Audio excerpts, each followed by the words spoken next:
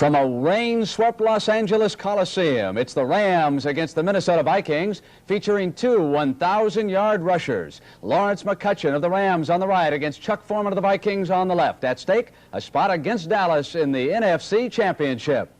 Thank you, Brad. Hi, everybody, and welcome to Los Angeles. For 2 years here, the subject has been the drought and the fear of. However, today there is no drought. If anything, we are somewhat at sea under a strong rain. The weatherman says it's going to continue throughout the day. This is probably the worst weather for a big game in Los Angeles since '49, when the Philadelphia Eagles beat the Rams in a championship game 14-0. Okay, Minnesota captain, call a coin in the air. Heads. Heads, he calls. It's a tails. Take the ball.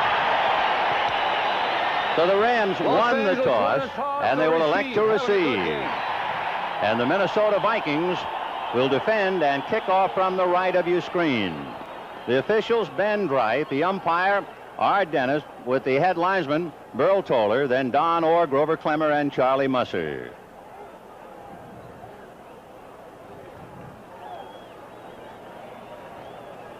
So the Minnesota Vikings ready to kick off, and of course in the familiar role for the Vikes in kicking off will be Fred Cox, who is second in NFL history in points scored, and Fred has announced that he will retire after this year. He is a doctor of chiropractics. So Fred Cox, number 14, will get this thing underway. He has scored 1,357 points.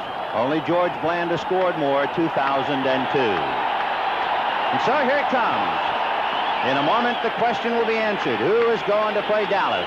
We'll take a look at the deep men for the Rams. In the middle will be Wendell Tyler. To his right is Jim Jodat, and to his left, number 32, Cullen Bryant.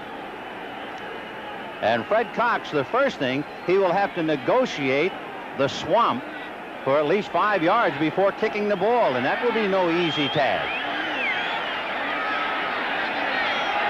There is Wendell Tyler, number 26, standing on his own 9, and Cox gets it away. It'll go to Cullen Bryant. He lets it go, and it's picked up by Tyler to the 20, to the 25, to about the 28-yard line. So we're underway. Here are the wide receivers, Harold Jackson, Billy Waddy, and the tight end, Terry Nelson. In the backfield, the quarterback is Pat Hayden, the running backs, Lawrence McCutcheon and John Capoletti. Up front, Franz, Mack, Saul, Horton, and Williams. So the Rams will put it in play on their own 28-yard line, 1st and 10. Waddy is wide right, Harold Jackson wide left. McCutcheon is the deep man out of the eye. And it is first man, Capoletti. And he is just shy of the 35-yard line with Matt Blair making the tackle. Mike Blair, of course, going to the Pro Bowl this year. What they're working on, though, is what a lot of teams do when they play Minnesota, running straight out of Alan Page. As you know, he's very quick, not very strong or heavy, but he makes up for it in quickness. Teams like to run at him. So it'll be 2nd and 4 from the Ram 34-yard line. A pickup at 6, slot left with Waddy inside Jackson. Back split, and we'll see if Hayden puts it up. It'll be McCutcheon. And McCutcheon has a first down to the 45, to midfield, to the 40-yard line. And out of bounds, he is finally brought down at the last minute by Alan Page. As you mentioned, Alan Page, good in pursuit, good speed in the whole deal. Good blocking on the outside. Greg Horton throwing a nice block. McCutcheon, the rest of it just his. The second leading back this year in National Football Conference in rushing. Good range by Alan Page. Everybody has success running against the Vikings, or more success than passing. They give up about 160 yards per game. And McCutcheon has had 6 100-yard games this year. So they have reached Viking territory to the Viking 39-yard line. 1st and 10, and again it's a slot left. It's the second man, McCutcheon, and he's inside the 35-yard line. Somehow Blair and Page team up to bring him down. As we look at Alan Page, he's in an over-shifted alignment there, head on the center. As you see Rich Saul trying to block him, kind of neutralizing him for a little bit. Double teaming Alan right there. There he is, Alan Page. Vikings know they have to stop the Rams' running game because they will run and run and run until you stop them. 2nd and 3 from the Viking 33-yard line. Just the start of the ball game. John Capoletti trying to find a block. Nowhere to go. Rick Saul had pulled to lead the way, but he couldn't make much of a cut in that swamp.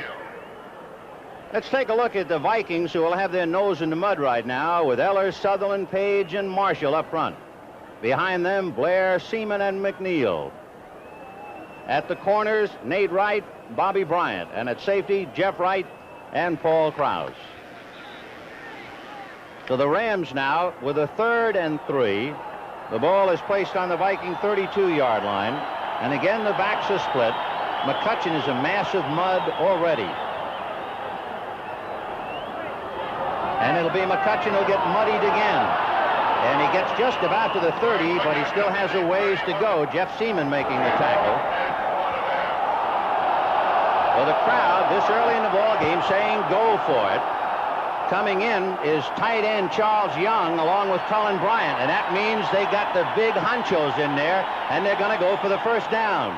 So Mulaney and Nate Allen come in, and Krause and Bryant go out along with Blair. Now Krause comes back in, but Blair goes out. Surprises me a little bit, Ben. Chuck Knox plays it usually straight to the vest, plays percentages. Well, perhaps a Tupper, if they feel that they can run on Minnesota, let's see if they can do it. 4th and 1 from the 31. Hayden to McCutcheon, and he is belted. And from this angle, it would not appear he made it. Page and Mulaney teaming up. Jeff Seaman, the middle linebacker, number 50. 6-year veteran and a good middle linebacker. Fills the hole nicely. He's got to know they're going to be running Allen Page or straight at him in short yardage situations. And the Vikings held as the Rams disdain a field goal attempt, and the Vikings will take over 1st and 10. Rashad, White, and Voigt figure to handle the football from the hands of Bob Lee, with Miller and Foreman doing the running. Miller, of course, is in there for the injured Brent McClanahan. Rashad is wide left and White wide right.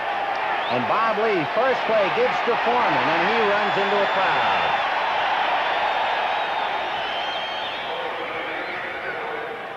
We can take a look at the Rams defensively now. Jack Youngblood, along with Cody Jones, Larry Brooks, and the other end, Fred Dreyer. At linebacker, Jim Youngblood, Jack Reynolds, Isaiah Robertson. At the corners, Thomas and Jackson. At safety, Elmendorf, and the rookie, Nolan Cromwell, playing for Bill Simpson. 2nd and 8 from the 32. And Bob Lee going to the air. Fakes, then goes over the middle. No good. Intended for Bob Miller and almost picked off by Dave Elmendorf. And a flag on the play. Robert Miller playing for the injured Brent Clanahan, who underwent surgery the other day on a bad knee. As you look at Bob Lee, more of a classic drop-back passer than Fran Tarkin, who played there before. He likes to go to his wide receivers for the most part. When Miller entered the game in place of the injured McClanahan, you kind of figured he'd going to go to his backs a little more, Miller being a better pass receiver than McClanahan. Well, from the first indication, a penalty against Minnesota as they go back on their own 15-yard line to huddle. And in a moment, Ben Dreith and company will give us the call after facing it off.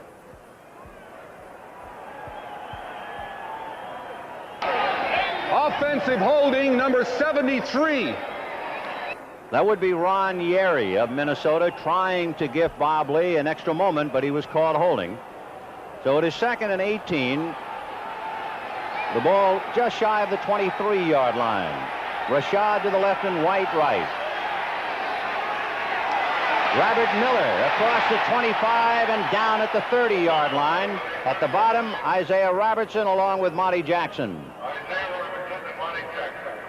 As we look at this again, mixing his plays up a little bit, you kind of look for him to go to the air that time. Bob Lee decided to go ahead and try Robert Miller and catch him in that outside rush, as you know Freddie Dreyer and Jack Youngblood do. Rush that passer, and they go to the outside to do it. 3rd and 10 from the Viking 30. The Rams, by the way, had 36 sacks this year. Last year, they had 45, so they slacked off a little bit. Bob Lee looking to release, goes down the left side, and it's complete to Ahmad Rashad for the first down to the 41-yard line. Rashad, who led the NFC with 51 passes this year, goes up in the air to make the first reception of the day. Rashad gave a nice little inside move that time before he went outside. Working on Monty Jackson, and that's kind of surprising. Monty Jackson led the league in interceptions last year, has 5 this year, and they don't work too much on him. So the Vikings first held the Rams on their own 32-yard line, now turn around and pick up a first down on their own 42.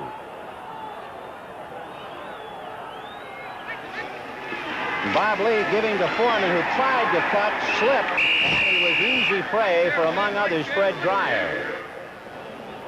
Friends, this telecast presented by authority of the National Football League, intended for the private use of our audience. Any rebroadcast or other use of this telecast without the express written consent of the Los Angeles Rams and the National Football League is prohibited. So the Vikings have moved the ball to their own 44. They took over on their own 32. It is 2nd and 8 in the rain, and apparently will be going steady with the raindrops all day. Rashad left and White right, so they haven't changed that formation at all. Lee going to try it again. Goes deep down the left side. Rashad makes a great catch. He beat Monty Jackson, and Nolan Cromwell, the free safety, had to come over and knock him out of bounds. Big play for Minnesota. And the pressure was on, as you see, number 76, Cody Jones, giving a good rush there. Ed White trying to defend him, hooking him a little bit with the left arm. Jones getting there just a little bit late. There you see the pressure, and look at the catch by Rashad here. Both feet inbounds like that. He had a great game last week. He's got to come on strong. For the Vikings to win, Rashad and Sammy White and Chuck Foreman are going to have super days. Well, they've got it to the Ram 31-yard line. That pass started from the Viking 42, so a big chunk of yardage picked up quickly by Bob Lee. 1st and 10 Vikings on the Ram 31. Rashad is left and White is right. Foreman and Miller behind Bob Lee. And it'll be Bob Miller going around the outside, head on by Dave Elmendorf, who brought him down, and then the other Rams came along to make sure. Robert Miller playing for Brent McClanahan. Miller, 5'11", 204-pounder out of Kansas. He was a number 5 draft choice. This is 3 years of experience in the NFL. On the sideline, the anxious Rams, all they can do is stand and wait and hope. That's Al Cowlings and Jackie Wallace, among others.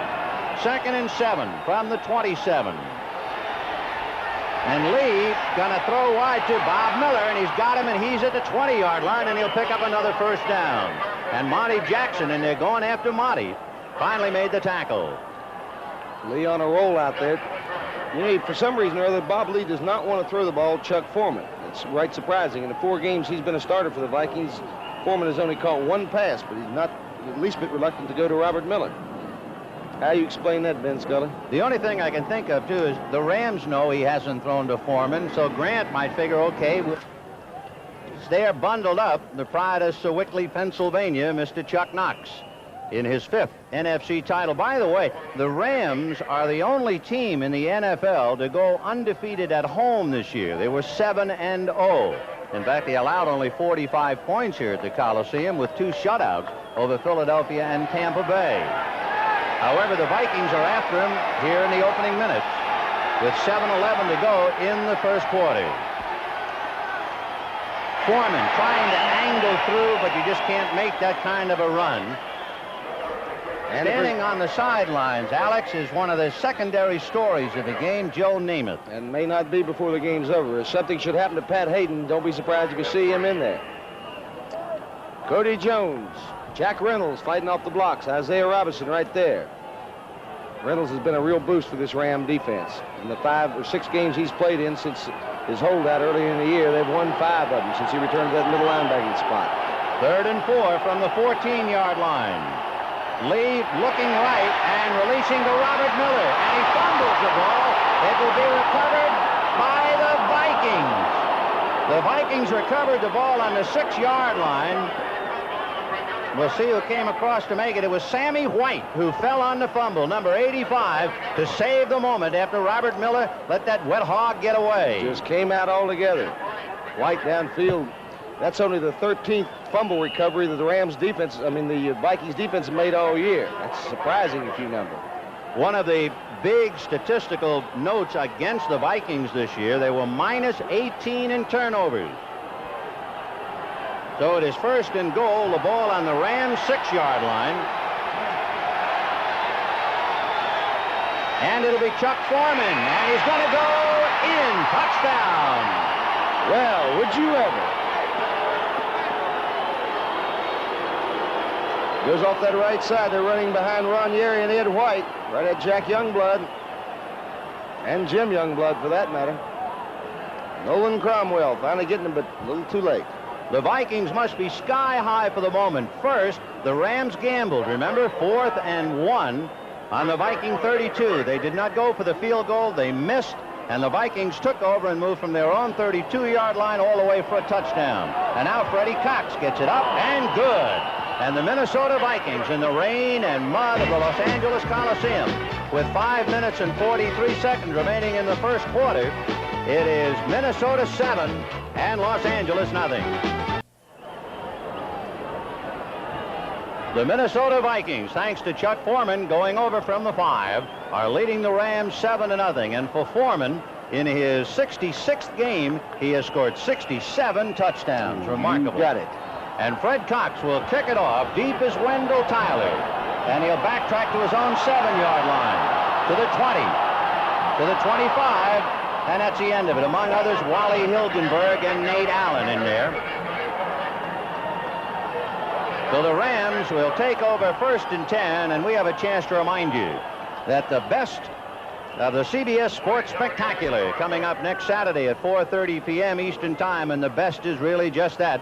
We'll talk about the January schedule for now. The WBA Light Heavyweight Championship with Cuello versus Parlov. So the Rams put it in play. 1st and 10 as they moved it out to their own 34-yard line. Lawrence McCutcheon to the 40 and across the 40 to about the 43. He would be about a yard shy of the first down. Standing on the sidelines, Jackie Slater. And there is Winston Hill. He thought his career was all over. He was cooking ribs in Denver when the Rams picked him up. And there is Chuck Knox, who went for the first down, didn't get it, and the Vikings then drove for the touchdown and lead 7-0. We have 5 minutes and 3 seconds left to go in the first quarter. 2nd and 1 from the 43. Slot left, Waddy is inside Harold Jackson. John Capoletti got away from one man, but then couldn't go anyway. He was hit by Jim Marshall, and at the bottom, Doug Sutherland. They weren't real sure whether John Capoletti was going to start. He's had a groin pull, and they weren't sure how much action he was going to see today. Had some bad ribs, too. They need less than a yard for the first down. So on a 3rd down play, Matt Blair goes out, and big Mark Mullaney comes in. Mullaney is 6'6". There's Bud Grant, standing in the rain, and has already played a card to lead 7-0. Waddy is wide right, and Harold Jackson left. 3rd and 1.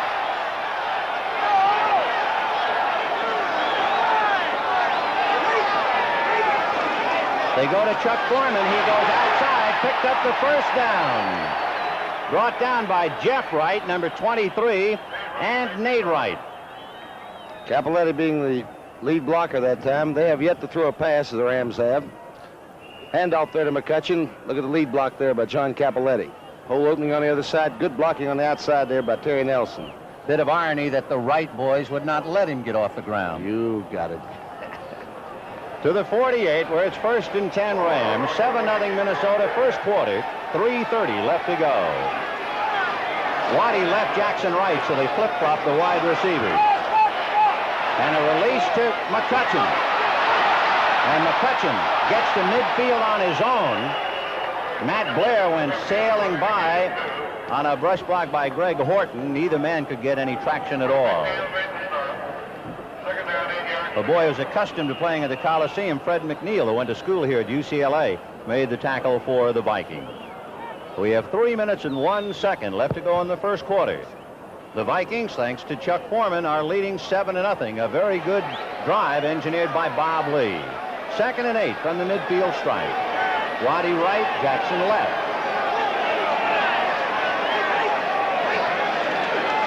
And McCutcheon is belted by Doug Sutherland, who hit him just before he got to the line of scrimmage and really laid a lick on him. You don't, he's a stay-at-home player, Sutherland is, and you don't hear a lot about him, but he plays that position. He gets to run pretty well. He's reading there. I think it's a missed assignment. He went unblocked altogether that time. Jeff Seaman coming in on top. Waddy in a slot left inside Jackson.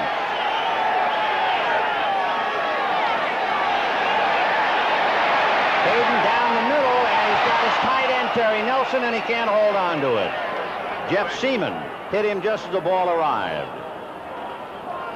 Terry Nelson has had a big year at tight end for the Rams. He certainly has. He's caught, 19 passes in the last 4 games. And with the double coverage, you're going to give Waddy and Harold Jackson, you know that's going to leave that tight end wide open. As you saw Chester yesterday run a rough shot over the Baltimore Colts.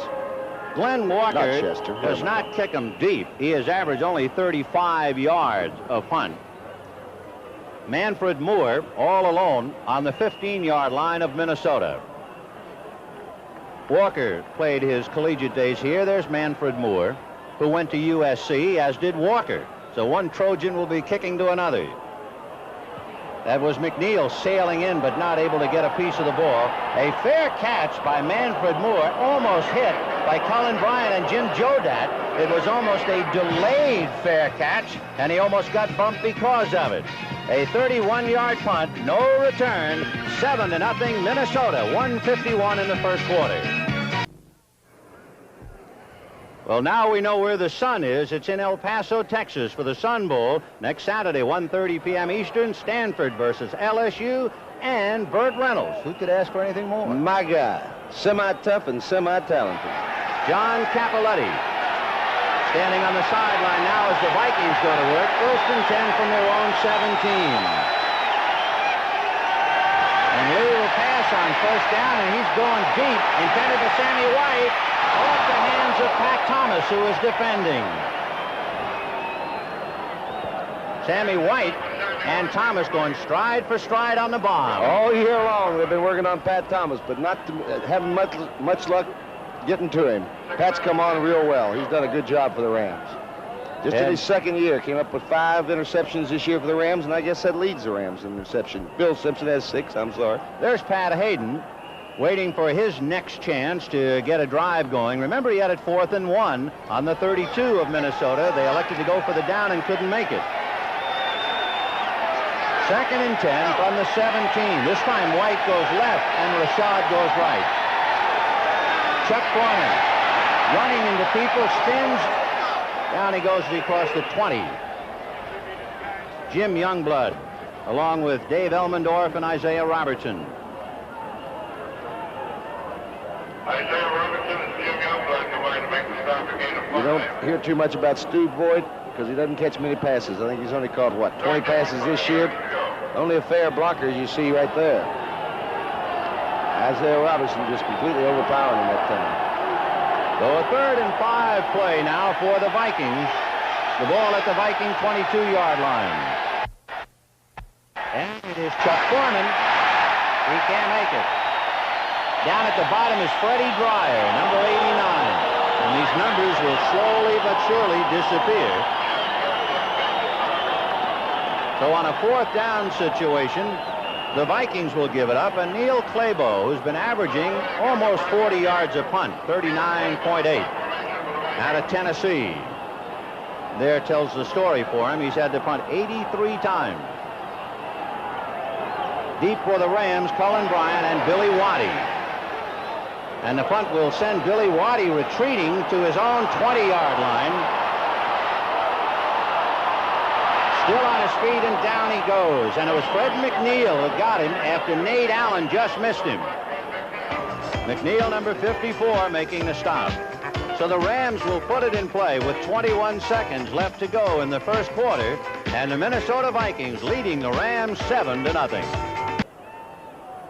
Boy, what a show we have for you on tap. Monday, January 2nd, 2 p.m. Eastern Time. The Cotton Bowl. Undefeated Texas with Heisman Trophy winner Earl Campbell, among others, against Notre Dame, 10-1. Boy, don't miss that one. The Rams now putting it in play. 1st and 10 from their own 22. Hayden has Cappelletti and McCutcheon. Jackson is right and Waddy left. Cappelletti goes by Carl Eller. And grabbed there by Nate Wright. Harold Jackson was trying to push Nate Wright out of the play, but he couldn't do it. Cappelletti should have gone inside that time. Hesitated making his cut.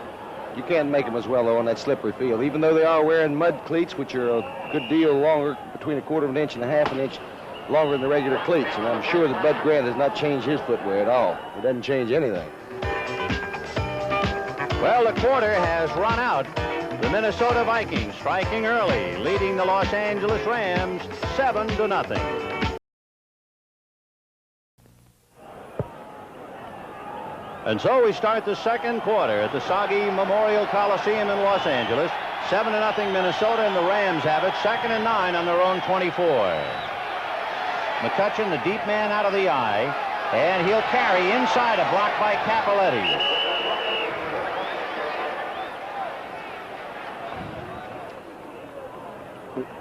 One of the most durable backs in NFL history, I guess. 12 years, Tom Mack, number 65. He has never missed a game. He's been a starter since his rookie season. Doing a good job on Alan Page right there. He will eventually pass the all-timer in Ram history, Merlin Olsen, who played in 198 straight. 3rd and 5 from the 28-yard line. Waddy is right, Jackson left. The back split. Hayden, most of the time, passes out of this formation. And the backs both flare out. Harris throws to Cappelletti, and he can't make it. So both backs came out, and that was the plan, to throw to one of the two, and he went to Cappelletti. Matt Blair was there to defend. Boy, you got to hand it to these Vikings. When it comes playoff time, they are tournament tough, aren't they? One of the things that Chuck Knox has had to contend with all week in Los Angeles, for that matter maybe 2 weeks, is the constant talk about the Rams and will they beat the Dallas Cowboys. And Knox keeps saying, as far as I'm concerned, Dallas doesn't exist. It's the Minnesota Vikings. And how true that is. You got to get by today to get to Dallas. Glenn Walker will be punting from his own 15-yard line. Manfred Moore standing on his 35. Walker hangs it, but very short. The ball hits on the Viking 45, takes a Ram bounce inside the 35, and it'll be down at the 31. So though the kick didn't travel very far in the air, nevertheless, he got it down to the 31-yard line of Minnesota. So the Vikings will put it in play 1st and 10 from their own 31, 13:59 to the half.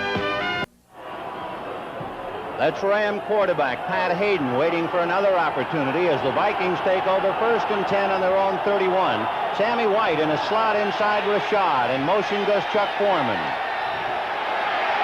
Lee is looking to the right side, throwing to Sammy White, who juggled and dropped it. And just in case, Pat Thomas decked him anyway.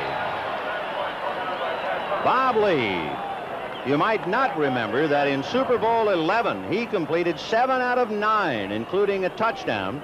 He went to school up north at the College of Pacific. Before that, he was at the City College of San Francisco. And another fella in the same backfield was O.J. Simpson.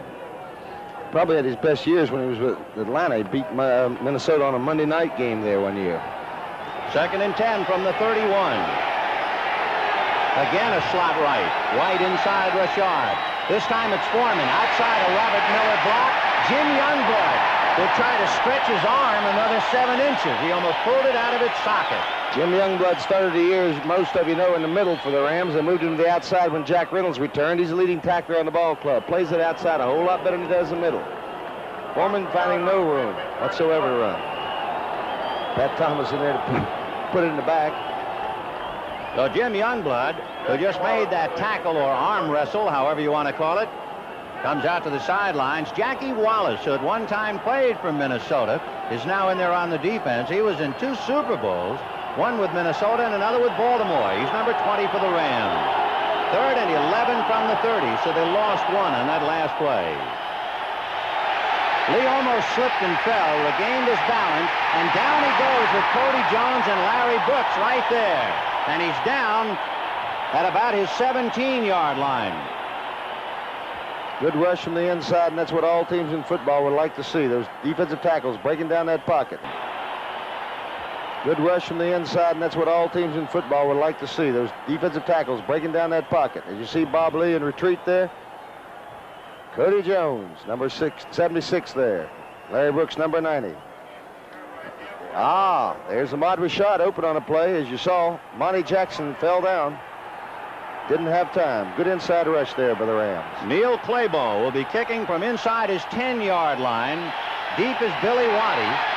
And Claybo will get it off, and Billy Waddy will field it on the Ram 41 to the 45.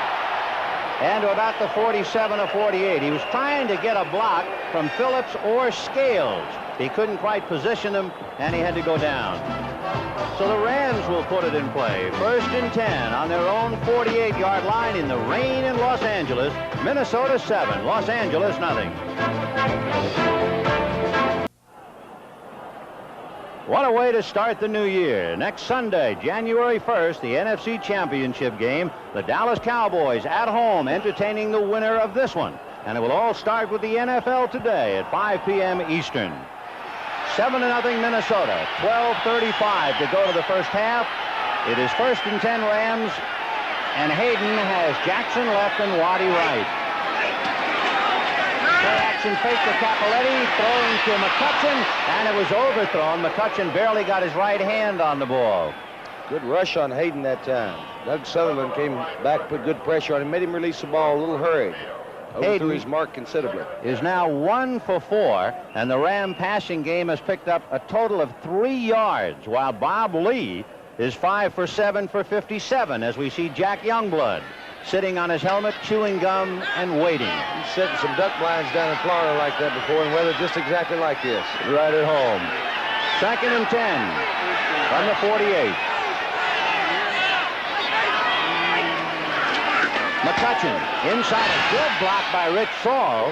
Saul put a good block on Alan Page, and McNeil and Seaman had to make the tackle as he got across midfield. Good adjustment that time by Rich Saul. You see Page taking inside rush there. Rich Saul making the adjustment and hooking him right on in. You see the lead blocker coming by through there. Nice job, Rich Saul. You've done good. Out of Michigan State, a veteran of 8 years.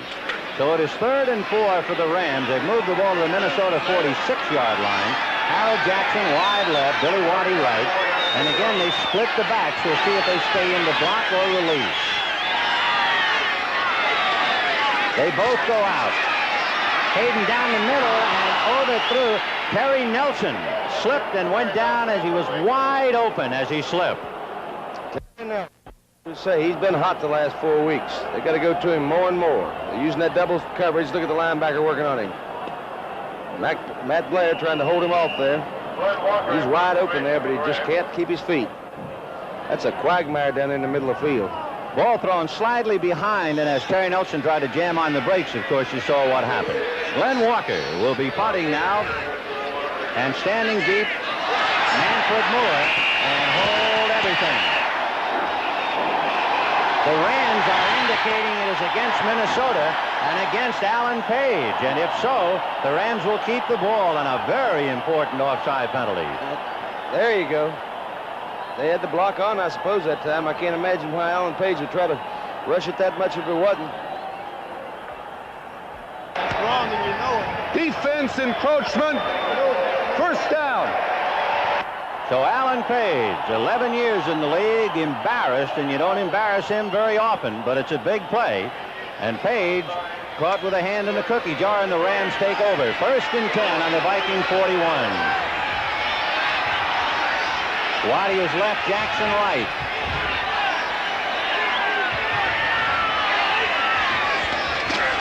And it'll be Capoletti.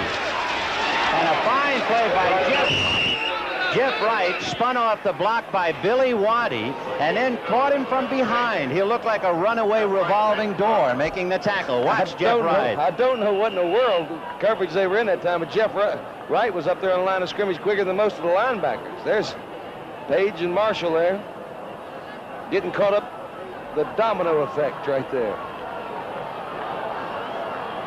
So it is 2nd and 8, the ball on the Viking 39-yard line. Lawrence McCutcheon, following Tom Mack, gets across the 35-yard line. Horton, Mack, and Capoletti were all moving on that, and it was Blair and Seaman who had to finally come up and wedge it down. What can you say about Lawrence McCutcheon? Look how he keeps his feet. He's running like it's a dry turf down there altogether. He's just been perhaps the most consistent ball carrier the Rams have ever had. He is indeed. Some good ones, too. Without a doubt. And, of course, this year, among other things, he passed Dick Bass's all-time record. McCutcheon, for his career prior to today, rushed for over 5,500 yards in 5 years. 3rd and 3 from the 34.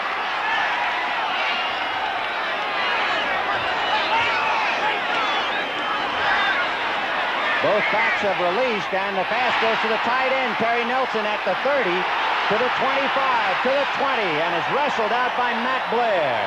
And that will be the first down, and so that offside or encroachment penalty charged against Alan Page has now become a very big play. Yes, sir, and that's who they're going to have to go to, Terry Nelson. You see him, number 83, been a good, dependable receiver, just never got the playing times as Bob Klein's been playing the last few years before he's traded to San Diego. Nelson has been coming on strong for the Rams. What they're doing with speed like Waddy and Jackson, you just cannot allow them one-on-one coverage, and they're putting linebackers on him, and you just can't do it. Nelson's too good a receiver for that. First and 10 from the Viking 18-yard line. 7-0 Minnesota. Lawrence McCutcheon gets to the 15, and a flag on the play. The ball was ripped out of McCutcheon's hands by Paul Krause. There might, I think, is going to be against the Rams for holding. That's the preliminary signal. That's what it is. Tom Mack throwing a little mud. It might have been on him. Let's wait and see.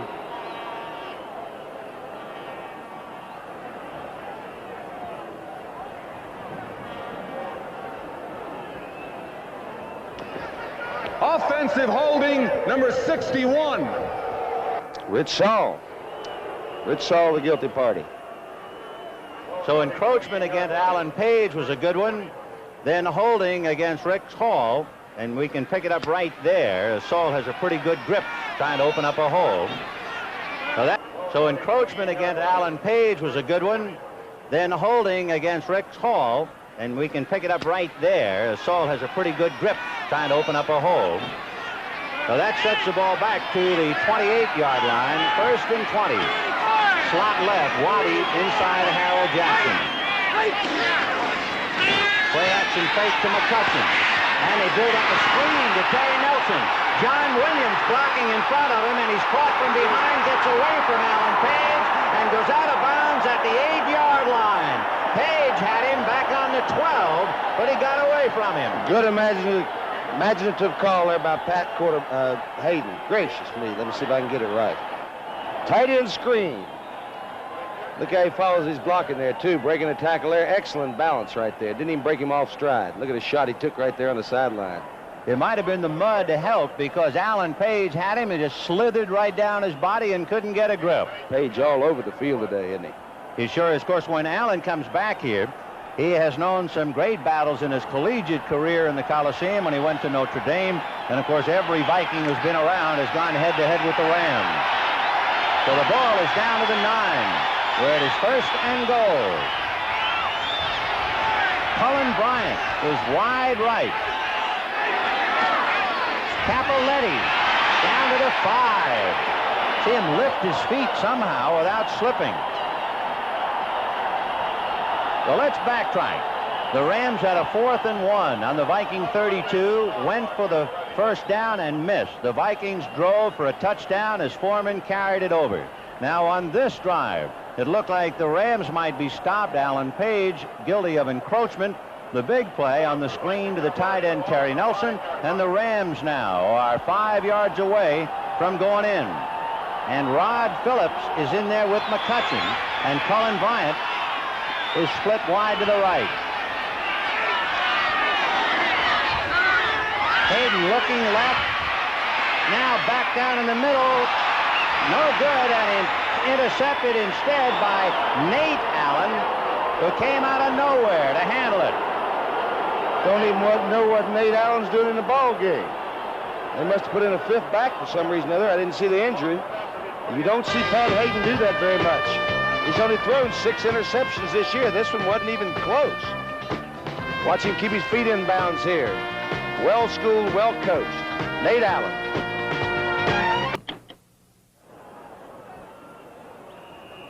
A moment in time for Nate Allen as he picks off the pass from Pat Hayden. The nearest Ram was Charles Young, a tight end.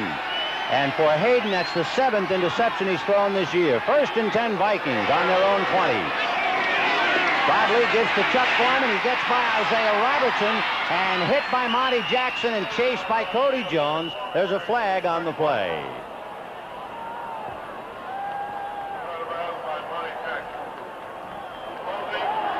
And the holding will go against Minnesota. Would you say the second guess will be up, Hawk, a little bit on Hayden putting the ball up in the air when the Rams had run so well? Yes, sir. They sure will be. You don't see Pat Hayden throw that kind of ball too Offensive often. holding number 78. Steve Riley. Who has been playing excellent ball for Minnesota all year. Most people across the country are familiar with Ron Yeri, not so familiar with the other tackle, but Steve Riley, who played here at USC, has been a mainstay for Minnesota. First and 20 from the 10. In motion goes Robert Miller. And there goes Chuck Foreman. Foreman tied up by Jack Reynolds, who's down at the very bottom of the pile, number 64, who, by the way, did not play for the Rams until October the 24th. And in those 6 games in which he started, the Rams won 5 of the 6 as Chuck Knox watching Chuck Foreman and company trying to hold on to the ball. 7-0 Minnesota. And a big interception by Nate Allen, stemming the tide of what appeared to be a Ram drive for a touchdown. 2nd and 15 from the 15. Chuck Foreman. Pretty hard to get any traction in the mud.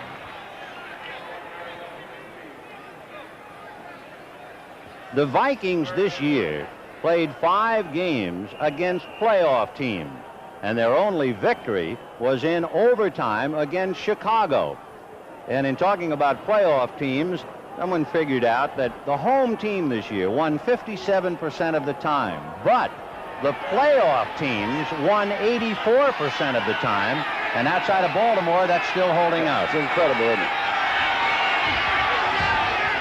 Chuck Foreman, and among other people, Jack Reynolds. He got just shy of the 20-yard line, and he had to get to the 20 for the first down. Or it even started. He had another 10 yards to go. He had to get to the 30, so Neil Clabo will come in and punt. 7-0 in favor of Minnesota. We have 6:35 to go in the second quarter in a light rain and the most ominous black cloud you ever saw moving in overhead. Clabo will be kicking to twin safeties. Cullen Bryant, number 32, Billy Waddy, number 80. Waddy, the top of the screen. And Neil Clabo, averaging almost 40 yards a punt. His longest, 69. Clabo gets it away, and fielding it is Billy Waddy. He ran by Blayhock, but he's upended once he got across the 45. Blayhock, number 21, had a shot at him, but he got by. Sammy Johnson finally brought him down. Here you'll see him get by Blayhock, kind of bouncing, and then runs right up the back of Al Cowlings, who was trying to block for him. And it is 7-0 Minnesota, 6 minutes and 10 seconds to the half. We're going to put a spotlight on the big round ball with our NBA special, the 78 season, 4 p.m. Eastern Time on Sunday, January 1st. So Hayden takes over on the Viking 45, 1st and 10, hands to McCutcheon. And he's across the 40. Then, although the score wouldn't indicate it, that Los Angeles right side, or the entire offensive line for that back, seems to be handling the Vikings up front rather well, but they can't put anything sustained together, it doesn't look like. It's pretty hard to hold anything together today, although the Vikings did it. It is 2nd and 6 from the 38-yard line of Minnesota.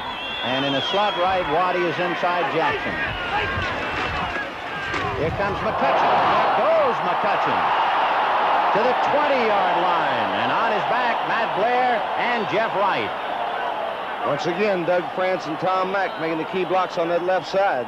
Every time you see McCutcheon spring for yardage or Capoletti, you immediately wonder about Hayden's call when he served it up and Nate Allen took it off the platter to stop the last Ram drive. Wendell Tyler will give McCutcheon a breather. Lawrence coming to the sideline. Tyler, number 26. Rod Phillips, number 39 in the Ram backfield now. Waddy is right and Jackson left. It is 1st and 10 on the 21 of Minnesota. Wendell Tyler, stymied right at the line of scrimmage. Jeff Seaman was the guy to hit him. Last time these two teams met, Tyler had him a big day. The only time this season he rushed for over 100 yards. Had about a 44-yard touchdown running that Monday night game, I believe. Tyler is another fellow who played an awful lot of football here at the Coliseum. He went to UCLA. In fact, he was the first Bruin to run for 1,000 yards 2 consecutive years. So he's at home. 2nd and 10 for the Rams. 4 minutes and 15 seconds left to the half. 7-0 Minnesota. Play option fake, end around to Terry Nelson, the tight end. He's to the 25 and he got back to the line of scrimmage.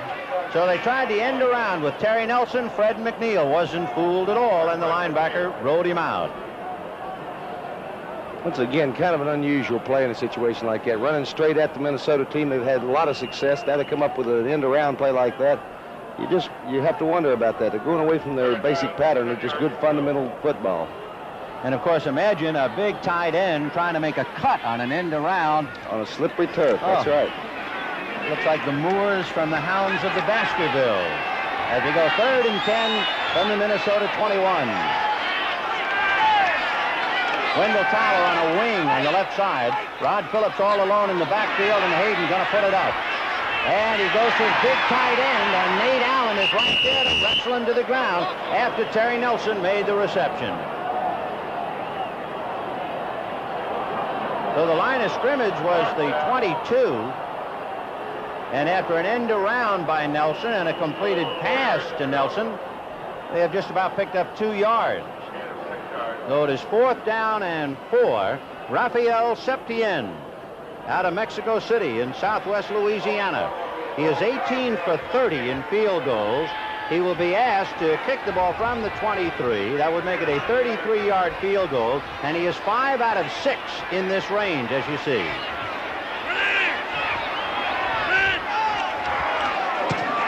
Septien gets it up and missed it to the right.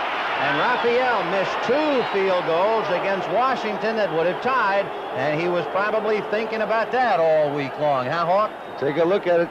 It's been affecting the punters and place kickers, this slippery turf will. Didn't even come close with it. Hit it very poorly. Shanked it off to the right. And for Septien, his confidence certainly not that strong anyway. And now his first shot out of the barrel, he comes up empty. And that could be a big factor later on. Could the be Vikings. interesting. A little later on, it could be interesting. Then. 1st and 10 Minnesota from their own 20-yard line. Minnesota leading 7-0. Here comes Chuck Foreman. He gets out just shy of the 25, which brings up another point.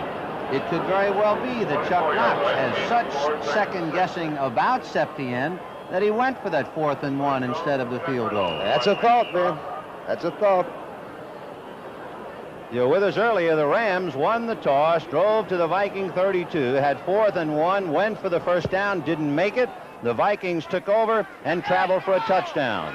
2nd and 6, 2:43 from the 24. Robert Miller going outside, and Dave Elmendorf on his back, and then coming up is Monty Jackson. Here's a young man with a lot on his mind and a considerable weight on his shoulder. On the other side, Bud Grant, very busy as usual, wig-wagging a few signals out to Bob Lee.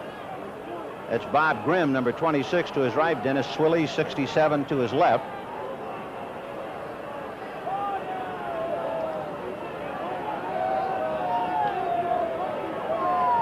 Now Bob Lee apparently not sure of all that wig-wagging as he goes to the sidelines. And we have the 2-minute warning. So the Minnesota Vikings, with a first period touchdown on a run by Chuck Foreman, have made it stand up to here.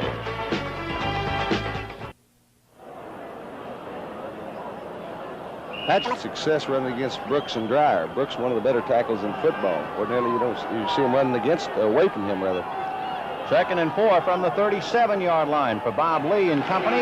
Chuck Foreman tried to go out, then came in. Isaiah Robertson got him from behind, and down he went. Meanwhile, as you can see, the numbers are changing because of the running game. 1:15 left to go to the half. The Rams had 4th and about 1 on the Viking 32, and they didn't make it. And the Vikings, thusly inspired, marched for a touchdown, and that's the story. The Rams had another chance, and Pat Hayden went into the end zone with a pass, I think intended for Charles Young. Young was about 5 minutes away from the pass by phone, and it was caught by Nate Allen. 3rd and 3 from the 37. Robert Miller. Ed White, number 62, tried to pull and lead the attack. You just can't get any traction. And we're down to 31 seconds to the half. Minnesota 7 and Los Angeles nothing. Bob Lee against Pat Hayden. How much chance did you give the Minnesota Vikings when Fran Tarkington went down of making the playoffs? And remember that the Rams beat them 35-3 right here in October. The coaches, Bud Grant, he's won 107 games in his career.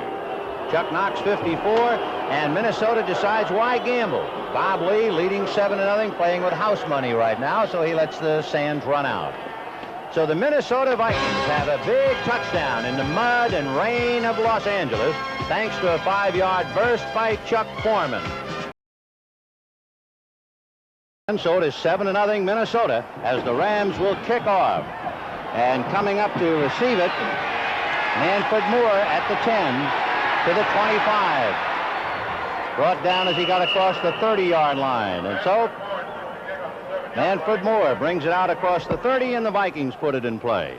The Vikings have had just one drive so far, but it was the one they used to go for the touchdown. And on that touchdown drive, there was one key fumble. Robert Miller had caught a pass and started to scamper and fumble, but it was recovered by Sammy White. And that's been a very big play for Minnesota, that recovery by White. 1st and 10 from the 33. White is inside Rashad in a slot left. As you can see, the Vikings have gone to clean jerseys. And, of course, Chuck Foreman is not going to stay clean anyway very long. Jack Reynolds making the tackle. There he is. Since returning October the 24th, the Rams won 5 straight with Jack at middle linebacker, only to lose at Washington. So 2nd and 9 from the 34. For the Vikings in new white uniforms, Sammy White in a slot left inside Rashad. And Lee fakes once and throws low, intended for Sammy White. And a group of Rams over there to defend. It looked like it might be a little release to Robert Miller, but he went to White, which is not a bad idea. Sammy has caught 9 touchdown passes this year, Hawk. Good rush by Cody Jones that time. Kind of rushing a little bit. Isaiah Robertson over there interfering a little bit with Sammy White. 3rd and 9 for Minnesota. Bob Lee is 5 for 8 for 57 yards. The Rams have been able to get to him only once, however. So the Vikings up front have done a good job keeping the Ram rush away from Bob Lee. Rashad is left. Bob Grimm is wide right. Sammy White in a slot inside Grimm. Lee going down the middle. No good. Intended for Sammy White with Pat Thomas and Nolan Cromwell over there to defend. Ball off target a little bit. White had room to make the reception that time. Look at Thomas. He's behind Thomas a little bit. Cromwell doesn't quite get over there far enough. If the ball had been on the money, he would have had it, and who knows from then on. So Neil Claybo will be kicking from his only 20-yard line, and for the Rams, Cullen Bryant and Billy Waddy. Bryant number 32, Waddy number 80. Claybo averaging just under 40 yards a punt. 7-0 Minnesota. Just the start of the 3rd quarter. The winner goes to Dallas.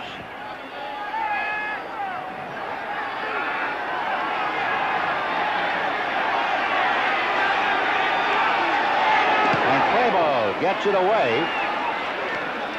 Cullen Bryant decides not to pick it up, and it goes out of bounds at the Ram 25-yard line, where they will put it in play 1st and 10 from their own 25.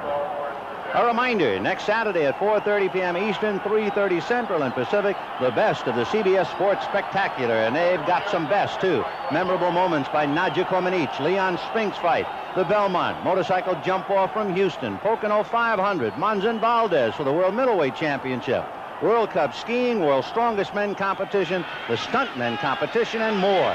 I'll say the best. 1st and 10 from the 25. Second man is McCutcheon, grabbed by Alan Page as he goes to the 30-yard line. Big double H right there to get him. Alan Team has set 2 Viking records, fewest opponents' first downs and fewest opponents' passes. 2nd and 5 from the 30.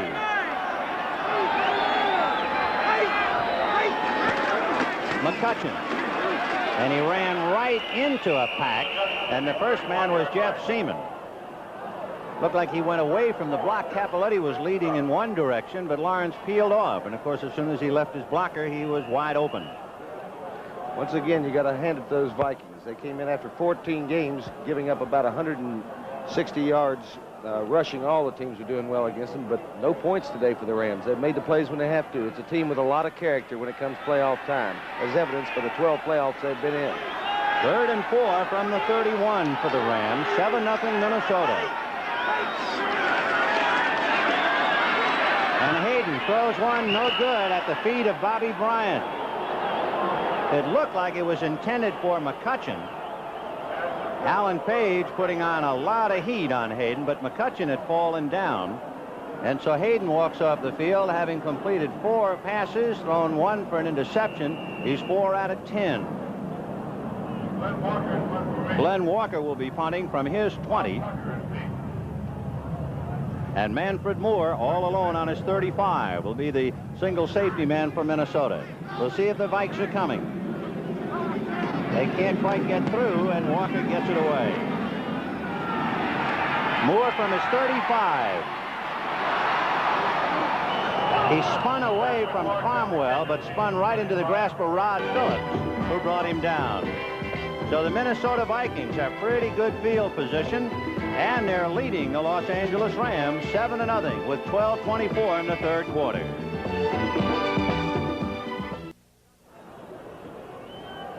Next Sunday, January 1st, the NFC Championship game from Dallas. The Dallas Cowboys against the winner of this game with the NFL Today, starting it all at 5 p.m. Eastern Time.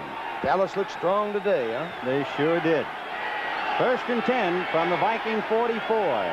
Oh, Robert Miller is going to be guilty, and they'll have to bring that play down. Foreman can run from here to Yucaipa, and they're going to call it back. Robert Miller was so quick off the gun, it was obvious. Number 35, and that spoils that play and that run. Watch him. There he goes. Way offsides there as a lead blocker. There's no use hurrying when you're on the wrong road. You got up there way too quick. Anticipating, he cheated as well as that. He was there about the time a ball was snapped for his lead block. And it'll all be brought down, or brought back, rather. Offense, illegal motion. So Robert Miller, guilty of an early start, beating the count, and he was picked off easily. So it'll be 1st and 15, moving the ball to the 39-yard line. 7-0 in favor of Minnesota. Robert Miller out of Kansas, number 5 draft choice in 75. Only 24 years old, playing in place of the injured Brent McClanahan.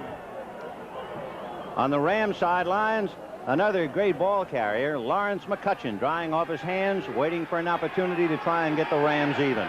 1st and 15 from the Viking 39. White in a slot left inside Rashad. Chuck Foreman. Not this time. Jack Youngblood, Jim Youngblood, Dave Elmendorf. Chuck Foreman has now carried the ball 15 times for 36 yards. The going is difficult. McCutcheon, the other great runner in the game, has carried for 95 yards. So 2nd and 15 from the 39. Another slot left. White inside Rashad. Stu Voigt on the right side. Robert Miller grabbed by Jim Youngblood and slides across the 45-yard line. Minnesota's approaching this second half, and as well as they did the first half after that first drive, is I've got 7 points, you've got none. Before I can put any more up there, you're going to have to time it. They're holding on to the ball with 11:15 in the third quarter. The Vikings, the first time they got their hands on the ball, with Bud Grant looking on, were able to drive for the touchdown, and it is the difference in the game. 3rd and 9. The ball on the Viking 45-yard line. Slot right, and Grimm with Sammy White inside him on the right.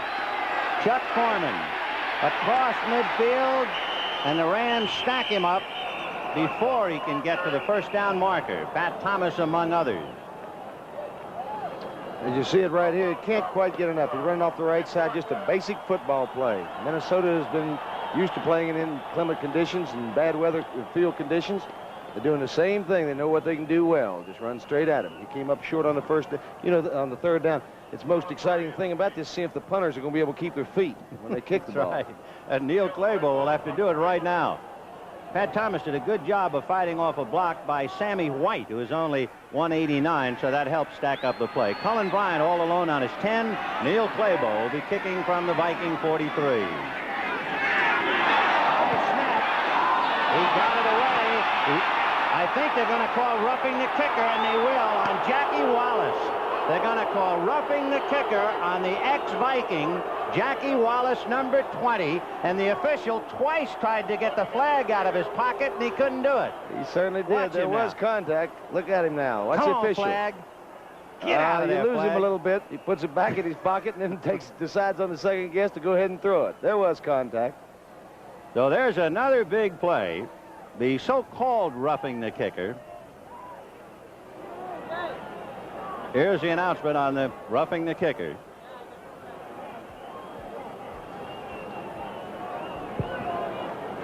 Ironically, it would be an ex-Viking, Jackie Wallace, who charged him. In recent weeks, there's been so much heat on officials, though, they're going to look at everything twice before they decide to call it. Running into the kicker, number 20. First down. So Jackie Wallace, who is in 2 Super Bowls, one with Minnesota, the other with Baltimore, 5-year man out of Arizona, guilty of the infraction. And so the Vikings keep possession. That could be a big play now as they hold on instead of giving up the ball to the Rams.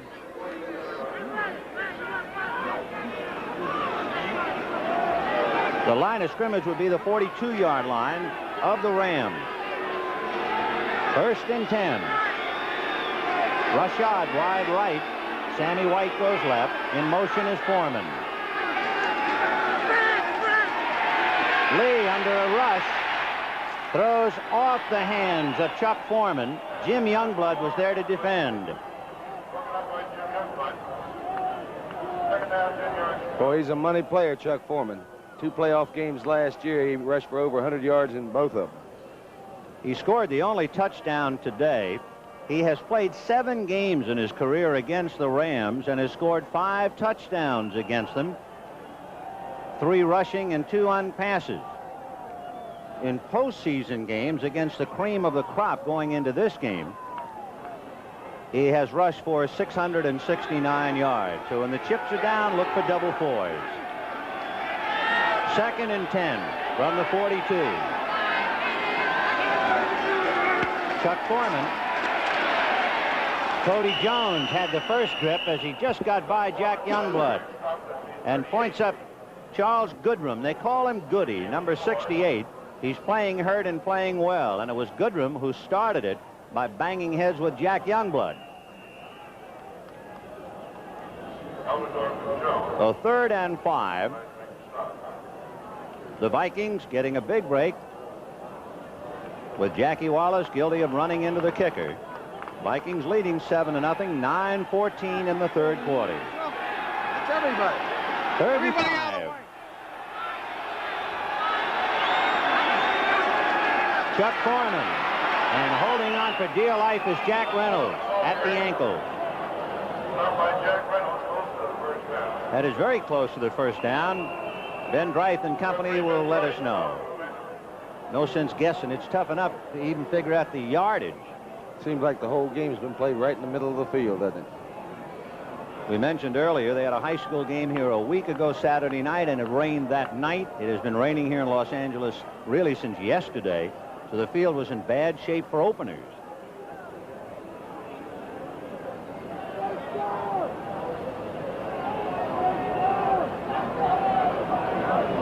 It would appear that they are short, and they are that far.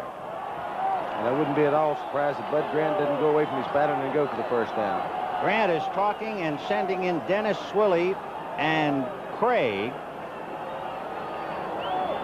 So they have two tight ends in there, Craig and Voigt, and they'll be going for it. Stu Voigt and Steve Craig now come in, along with Dennis Swilley, another big guy. So the Rams tried 4th and 1 almost in the same spot and didn't make it in the first quarter. Let's see about the Vikings. That's right. And Swilley is on a wing. It'll be Foreman. And it would appear he made it.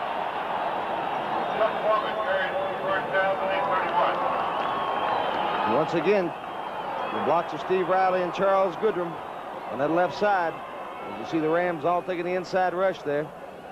Lead blocker out in front, and Foreman somehow finds a way, doesn't he? And boy, there is now the difference in the ball game in one respect can be pinpointed right there. The Rams had a 4th and 1 and couldn't make it.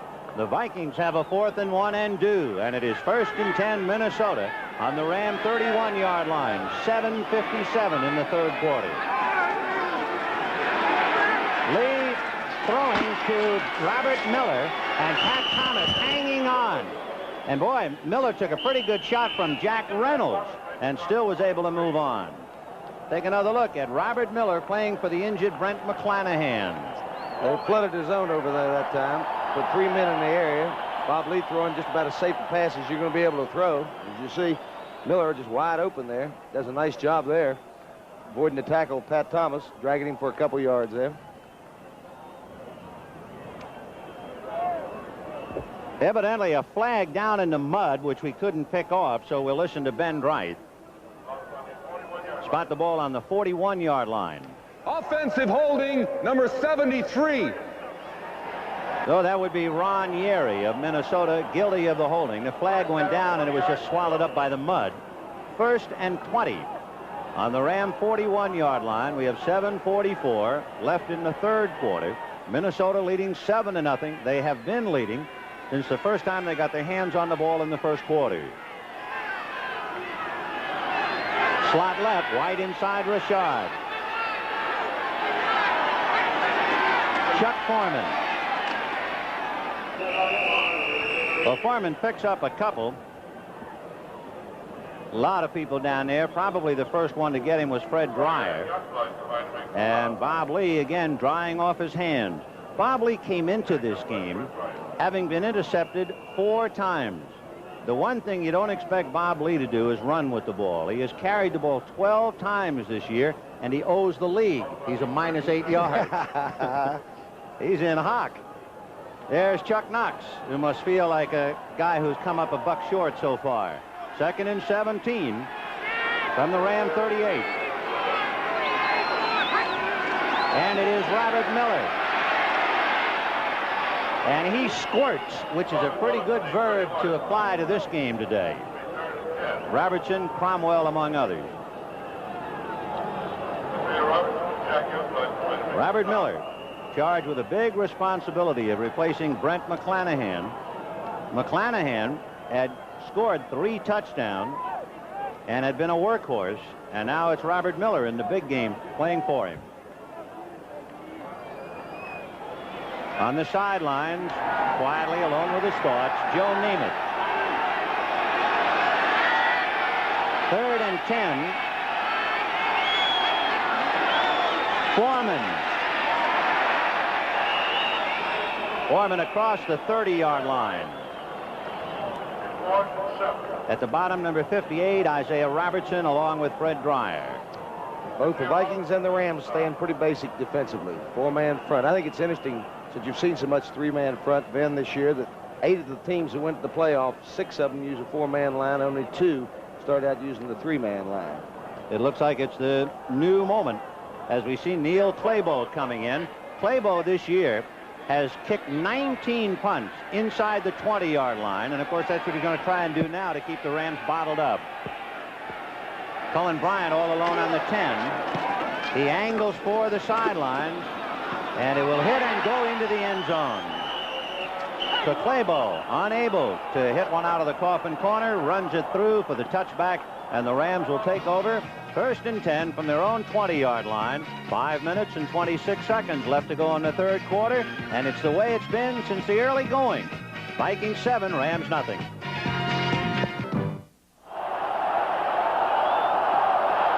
Well, Jack Youngblood and the Rams defense stopped the Vikings, and now Los Angeles takes over. 1st and 10 from their own 20. Jackson left and Waddy right. The running backs are McCutcheon and Cappelletti back of Hayden. Cappelletti with McCutcheon putting a block on McNeil, but as he's doing that, Jim Marshall came over and knocked him down. Jim Marshall, number 70. What a story. He's had 18 years in this league since he came out of Ohio State, and at 39 going on 40, he has announced he will play next year. Isn't that incredible? It sure is. Started out with Cleveland. Didn't miss a game with Cleveland then. He has played 251 consecutive games, 239 with the Vikings. That makes it 2nd and 12 from the 18.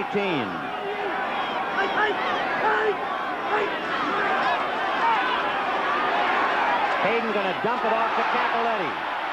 To the 20. Hit by Matt Blair and skidding out of bounds. He tried to turn and get upfield. Jeff Seaman finally just took a sleigh ride on top of him. The Vikings haven't been covering the Flair men, not in the first half, but Pat Hayden, for some reason or other, has not gone to him.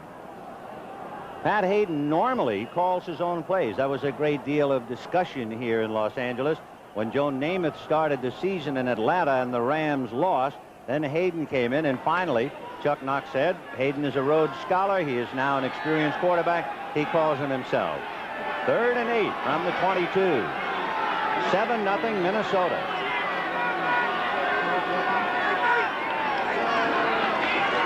Both backs release. And Hayden is going to go down. And the man who applied the heat was Alan Page. And then for good measure, White came along to hammer him, James White. But it was Alan Page who really did it. Double eights. He's probably still smoking over that encroachment penalty called against him in the second quarter. And no receivers open downfield. With the police action there by Greg Horton. Page just jerked him down from behind. Say what you want to, that was a bigger loss to Washington than you might imagine for the Rams. It's a whole lot better going into a playoff game fresh off a win than it is off a loss and keeping the momentum together. That's a good point, Al. Deep now for the Vikings will be Manfred Moore, and Glenn Walker kicking out of his end zone. And Moore will get his face wet as he looks up in the rain at his own 42. Jackie Wallace brings him down just shy of the 40-yard line. So Jackie Wallace, who figured prominently in running into the kicker, and there's Bill Simpson, the injured free safety, on crutches on the sidelines trying to tutor Nolan Cromwell. 7-0 Minnesota.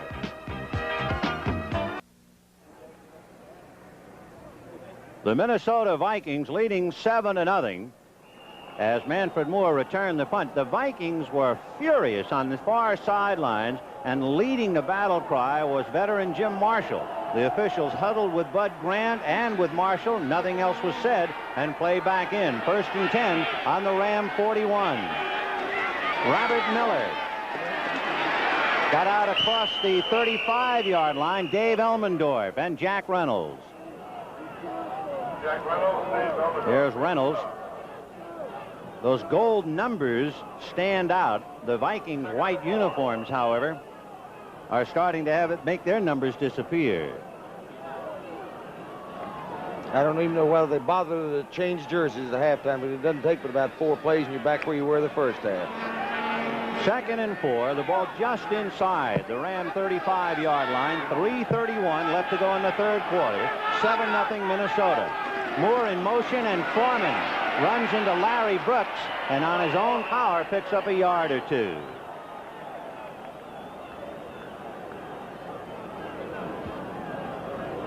So Robert Lee, Bob Lee, Fran Tarkenton, of course, out with the bad leg. Then Tommy Kramer got some headlines against San Francisco, which earned him a start against Oakland. But when the chips are down against Detroit to get here, and now against the Rams, it's the 9-year veteran Bob Lee. 3rd and 2 from the 32. And it's Robert Miller climbing over people for the first down. Fred Dreyer at the bottom. We told you that the Vikings seem to be very irritated down on the field, and down there is Nick Bonaconte. Nick, do you have any idea what the Viking line was all about? Well, Vince, Alan Page and Jim Martian are complaining that the Rams are holding them on every play. And they went up to Ben Dreith and started screaming in their face, and went over to Bud Grant and started telling him, and Grant got Dreith over to the sideline and said to start calling the holding penalties. Back to you, Vince. Okay, Nick. And, of course, we could see Marshall, who is absolutely livid. Bud Grant, implacable as usual, unflappable. 1st and 10 on the Ram 29. In motion is Sammy White. Here comes Chuck Foreman. And Jack Reynolds has him by the waist.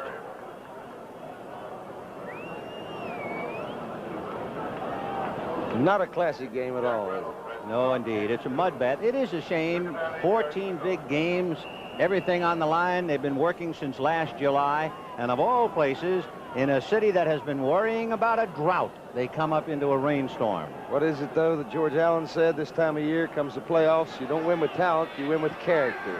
A lot of it down there right now. 2nd and 8 from the 27-yard line of Los Angeles. Rashad, White, and in motion Robert Miller. And Chuck Foreman over the right side and across the 20-yard line, and he might have made the first down. Depends on where they mark it. He's picked it up. Foreman doing it almost on his own. Marvelous. I'm telling you, the guy just seems to find the open holes, and he makes the most out of it. He can find holes when other backs can't. That's why he's a Pro Bowler. Robertson and Cromwell rolling him up, but not before he rolled up the first down. So a remarkable performer, Chuck Foreman. 5-year veteran out of Miami. He has rushed for over 1,000 yards 3 years in a row. 1st and 10 inside the 20. And Foreman again. And at the last minute, he fumbles the ball. And it is picked up by Monty Jackson, who fumbles. And we'll see if the whistle had blown. It did. I believe it had. Did. I believe it had, Ben. We'll take another look as Lee hands it off to Foreman. The ball should have been blown right there. That's right. That's a good call on the official's part. Monty Jackson trying to give it away, I think, to Elmendorf, and Elmendorf finally falling on it. Well, the whistle nullified all of that. The Vikings, known for their turnovers, they were minus 18, and yet the only loss of the ball today was the interception by Minnesota's Nate Allen. The Vikings fumbled once. Robert Miller fumbled, recovered by Sammy White. Robert Miller with Sammy Johnson in there to spell Foreman. Johnson leading a block for him. You look down on the field and you see Ahmad Rashad, and his uniform is unsullied by the mud. We've got 3 quarters in the books. They're coming down to the last 15, 7-0 Minnesota.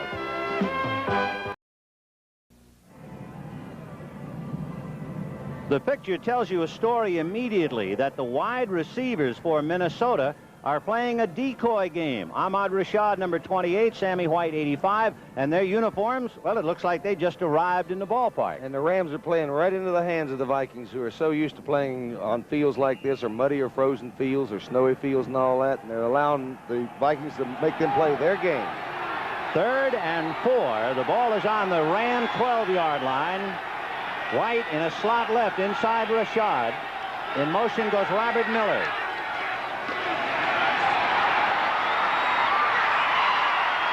Down to just shy of the 1-yard line. Tingle Let's watch the center's block here. Close it off Reynolds, and the hole opens up there. Goodrum with a good block there. The rest of it just Miller. Good job there. Coming off the bench and playing like that, that's what you got to have. Class players. Come on and contribute something.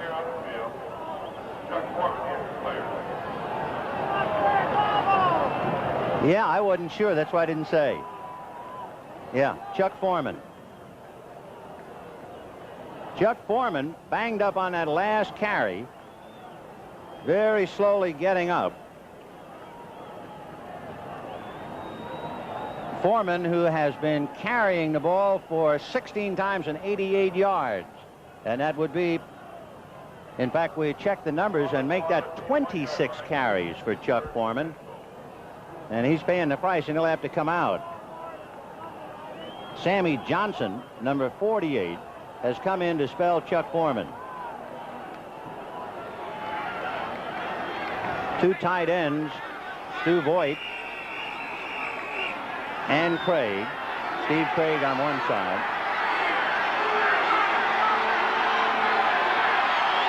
Robert Miller and Sammy Johnson back of Robert Lee. Johnson. No see. Well, Sammy Johnson, who came to Minnesota in the deal that sent Jim Lash to San Francisco, giving Foreman a rest. We look across the field, and Foreman does not appear to show any signs of injury, nor does he look like he's coming right in. Put the Rams in real trouble if they allow a score right here. They haven't been able to do too much outside of 2 first-quarter drives against the Vikings. 2 touchdowns in the fourth quarter would be just almost impossible to overcome with that field conditions. 2nd and goal from the 1. Sammy Johnson, he's in there. Sammy Johnson scoring. The big guy, 6'1", 226, out of North Carolina. Bunches it over. You've heard so much about Ed White, but they're getting the blocking today out of Charles Goodrum and Mick Tingelhoff. Steve Riley on that left side. All afternoon, the Vikings have been successful there. They went there when they needed it. And Los Angeles is even gloomier than the weather now in the light rain. The Vikings have punched out a 13-0 lead. Here is Fred Cox trying to make it 14-zip with 13:59 left to go in the game.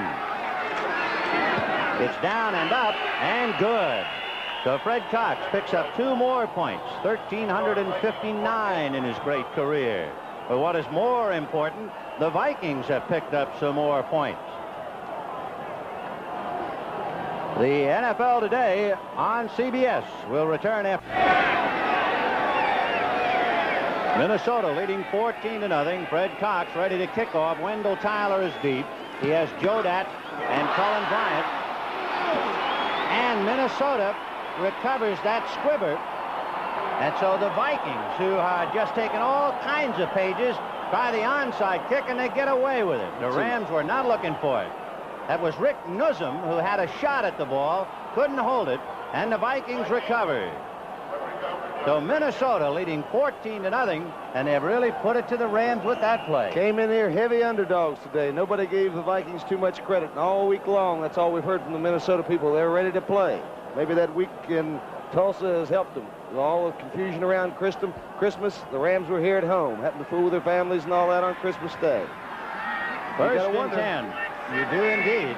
Minnesota very much in control of this one now at the 44-yard line. Let's take another look at the onside kick. Fred Cox came up, squirts it off to his left. The nearest Ram is number 51, Rick Nuzum. And there is Nuzum trying to recover. He battles and falls, and it squirts away. And the ball very much alive, and the Vikes recover. That's the last thing Nuzum expected, that ball coming at him. He was up there to try to take out the kicker real quick. There is Nuzum, who had a thumb operation a little while ago, but is playing and is very much a downcast figure. 2nd and 6. The ball on the 48-yard line of Minnesota. Nowhere. You can almost bet the Vikings going to keep it on the ground all the way now. Bob Lee going to play 5-card stud. Wait for aces back. The clock's still running. 12:55 left in the ball game. Minnesota scored in the first quarter. Foreman punched it over. They scored again in the fourth quarter. Sammy Johnson climbed a hill to get it in. And the Vikings are doing to the Rams what they have done in the past. They're trying to knock them out of the playoffs. It would be 4 for 4 if they do it, and they're leading 14-0. 3rd and 5 from the 48. Chuck Foreman across midfield, still didn't get across the 45-yard line of Los Angeles. Tacklers just slipping off him. Jim Youngblood, among others. You can tell he's hurt. He's playing hurt, too.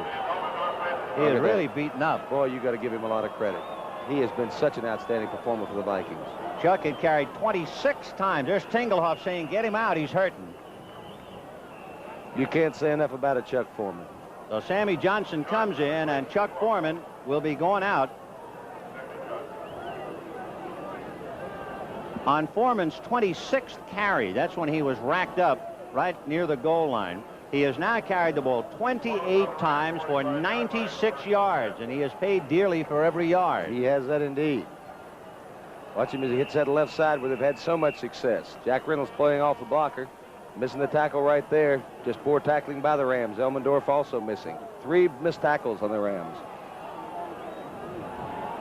Pat Hayden listening to the messages from upstairs, those messages that have not paid off downstairs. 1st and 10 from the Ram 45. Sammy Johnson and Robert Miller. And it's Sammy Johnson. And Jack Reynolds meets him right at the line of scrimmage and brings him down at the 45-yard line.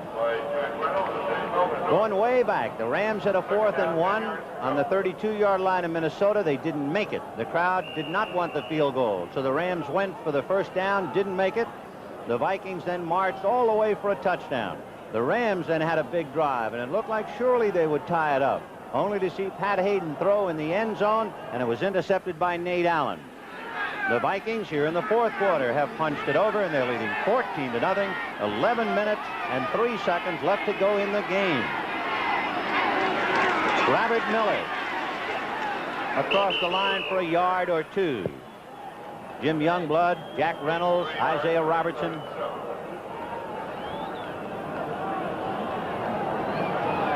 So one of the two will be going to Dallas next week, and most people in the United States were willing to wager it would be Los Angeles. Everybody but the people from Minnesota. Now, I'll be truthful with you. It came as a surprise to me. The same two teams met here in October on a Monday night, and the Rams destroyed the Vikings 35-3. And that's something, though, but it's playoff time. There's 3 seasons, the preseason, which no one seems to care about, and then the playoff games, and then finally that last season is going to be the Super Bowl. That's another dimension altogether. 3rd and 8 out of the 43-yard line. Inside the 40 go the Vikes.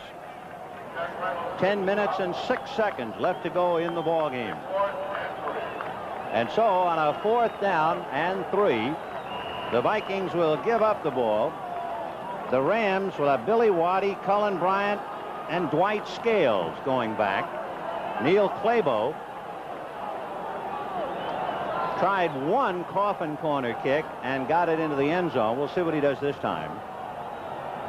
There, the deep men. The middle man is Waddy. On the right is Cullen Bryant. On the left, Dwight Scales. I think it's worth pointing out, since the Vikings do have the ball, and we have just a minute before they turn the ball over to the Rams, none of the Rams' outside receivers have caught a ball today.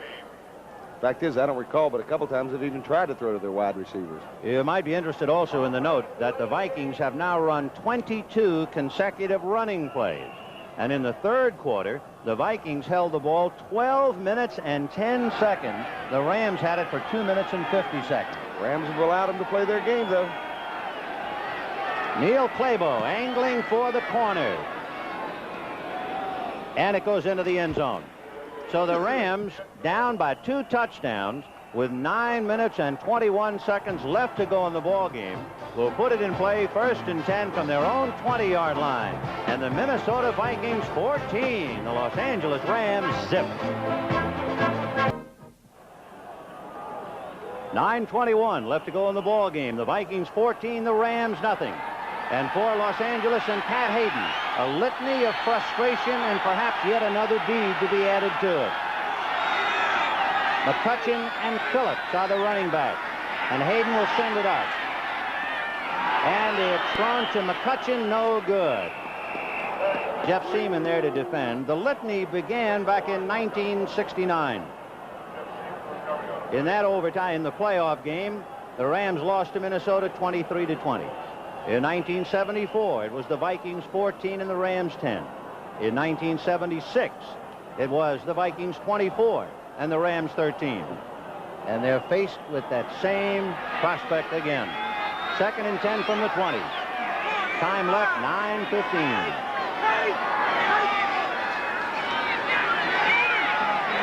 Hayden to Billy Waddy, and Jeff Wright nails him at the 25-yard line and pulls him back, but I think they'll spot it at the 25.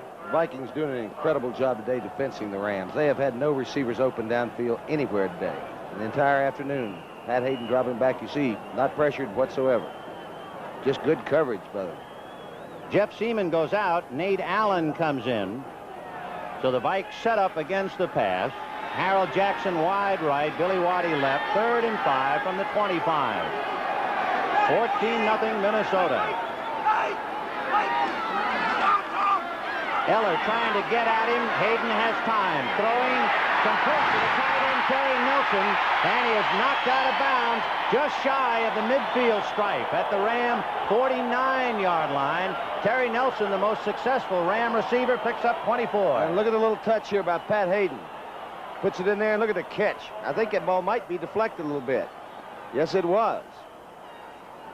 Nelson doing a good job to hold on to it that time. That's the kind of plays, if you're going to get yourself back in the ball game, you somehow have to make. So 1st and 10 for the Rams. 8:28 left in the game. 14-0 Minnesota. Hayden is 7 for 14. A draw to McCutcheon.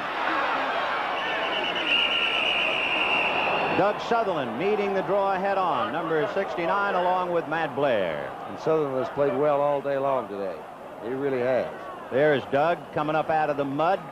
Well, with Eller and Marshall and Page, you don't hear too much about guys like Sutherland, but he has really played himself a fine ball game today.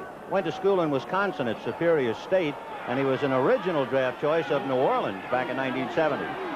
All right, 2nd and 6 from the Viking 47. McCutcheon and Phillips. Hayden down the right side. He's got Harold Jackson at the 31-yard line, and Jackson is immediately wrapped up by Wright and Blair, but Harold Jackson finally gets his hands on the ball. Just a little turn-in pattern, and you wonder somehow why didn't they do it a little earlier. The Rams have been sitting there trailing the whole game, and they just didn't open it up. It was almost like they're playing defensive offense. Now they're moving the ball because they're putting the ball in the air, and they're thinking offensive. 7:24 left in the game. 14-0 Minnesota. 1st and 10 on the Viking 31.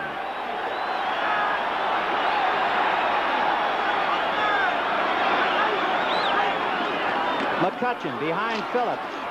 Runs into Eller. So Lawrence McCutcheon, who has been the other side of the coin to Chuck Foreman, although he has not had the chance to carry the ball nearly as many times. Foreman has carried 29 times. McCutcheon, 16 carries, 101 yards, and Chuck Foreman 101 yards in his 29 carries. 6:41 left in the game. Waddy is wide right. Jackson left. Phillips and McCutcheon back at Hayden.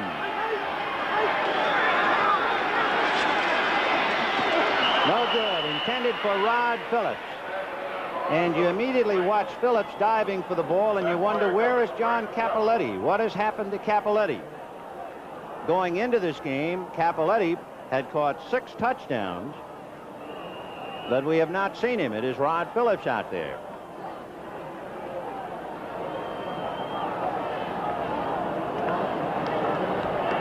Nate Allen back in again. 3rd and 7. Harold Jackson right. Waddy is left. Big play for Hayden. Time running out.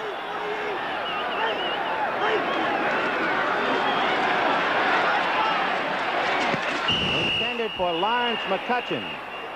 And defending was Nate Allen. It was Allen who had one of the key and the key interception in the end zone for Minnesota. Hayden working against the zone there. That's Allen's coverage over there, and he, as you see right there, he covered it well. Nobody really open downfield. A wet field like this should favor the receivers in a passing game. I say it should. The attendance 71,039, 8,501 no-shows. So a lot of folks came out in bad weather to see it. Capoletti is back in there now, and perhaps the whole year on the line for the Rams. They've got to keep the ball. And Hayden is going to keep it and gets away from Eller. And he's got the first down. He just made it when he got by Carl Eller. And hold everything, Rod Phillips there. And some of the Vikings looked like Phillips was trying to protect Hayden, and he had to push and shove a little bit. Great job by Pat Hayden that time getting out of the trap. Big plays are made by big players. The rest of this game, you can pick out your winners. Here's Eller slithering down his leg, and that was the key. Page couldn't get him from behind. Bryant couldn't block him, and he finally got the first down. 6 minutes and 1 second left to go from the Viking 20-yard line. 14-0 Minnesota. Waddy is wide right and Jackson left. Phillips and McCutcheon. Hayden looking down the middle, wobbly, picked off by Paul Krause. And Krause to the 15, and down he goes. A big play by a very big name in Viking history, Paul Krause. And I've been waiting for him to come across with that 79th interception that ties Emily to Nell. I've been waiting all year as the all-time leading interceptor. Watch it right here. Hayden back in the pocket. Krause playing the free safety like he does so well and has so for so many years. His 79th interception of his career.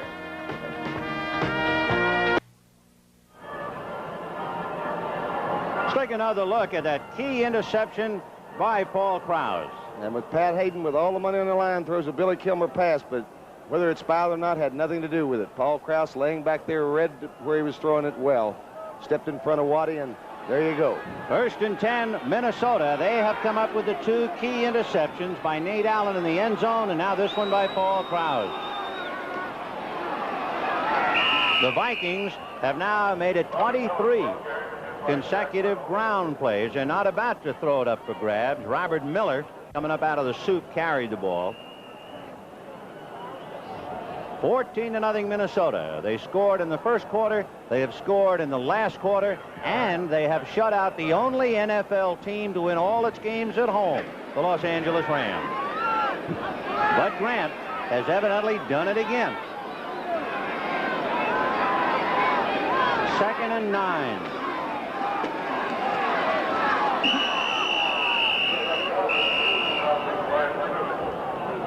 A lot of credit goes to that man right there. I believe he has done an incredible job. No one really thinks that much of him as a quarterback, but somehow he seems to get the job done. 3rd and 10 for Bob Lee and the Vikings. Ahmad Rashad comes in that bright uniform that stands out like a beacon down there on the field. And you can see the time running out for the Vikings and against the Rams. Rashad wide left, and the other man, who with a pretty clean uniform, Sammy White, is in the slot left.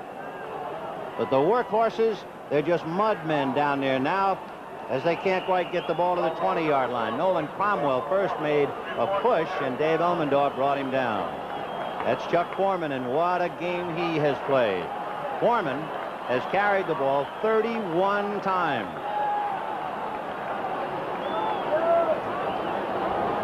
For Foreman to be such a workhorse, there's Dwight Scales, number 87.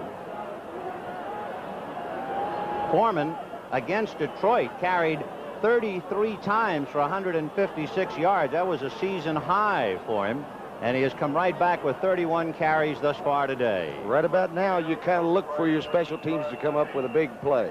You've seen George Allen's his Washington Redskins and Don Shula's Miami Dolphins and former Baltimore Colts special teams come up with big ones, and that's the only way you're going to get back in the ball game right now. And the one thing Minnesota is going to do, they will hold the ball as long as they can. The clock's still running, and Claybo will be kicking from his 10.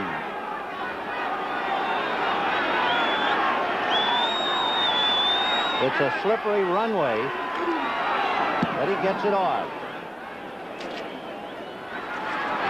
And the ball gets away from Dwight Scales, and down he goes.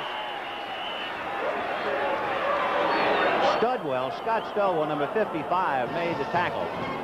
So the Rams, with 3 minutes and 15 seconds left to go in the ball game, have it 1st and 10 on their own 30, and the Vikings are sitting on top of a 14-0 lead.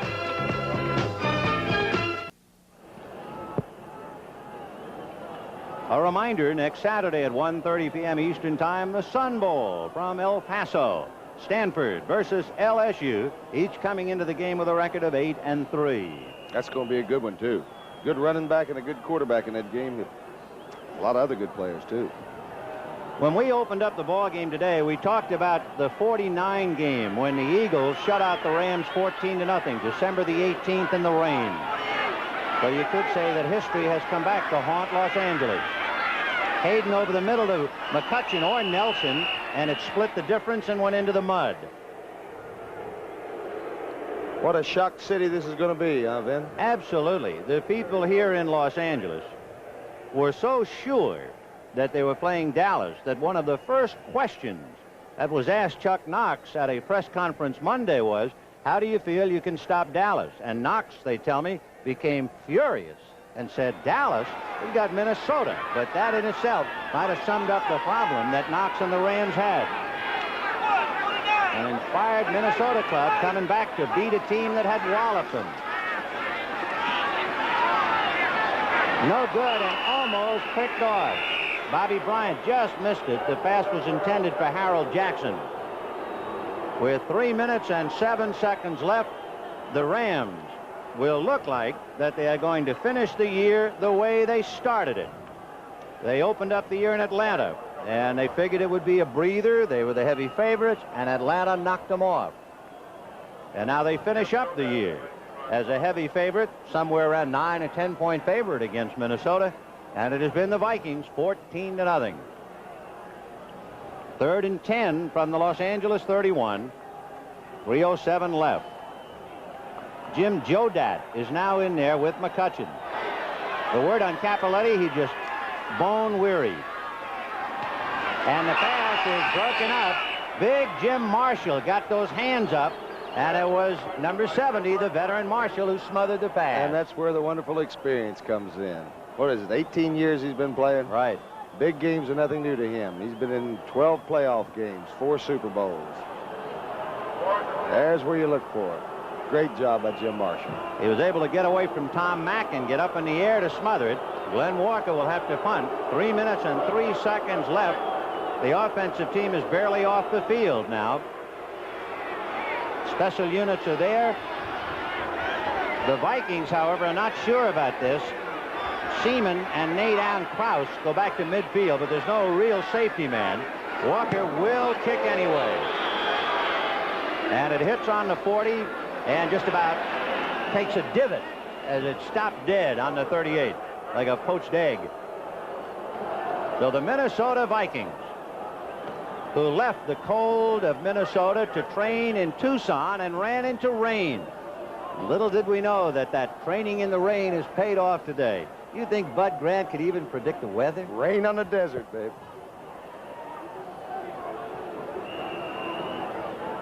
Friends, don't forget the 1978 CBS Sports Spectacular. Our January schedule, the WBC Light Heavyweight Championship, Cuello versus Parloff.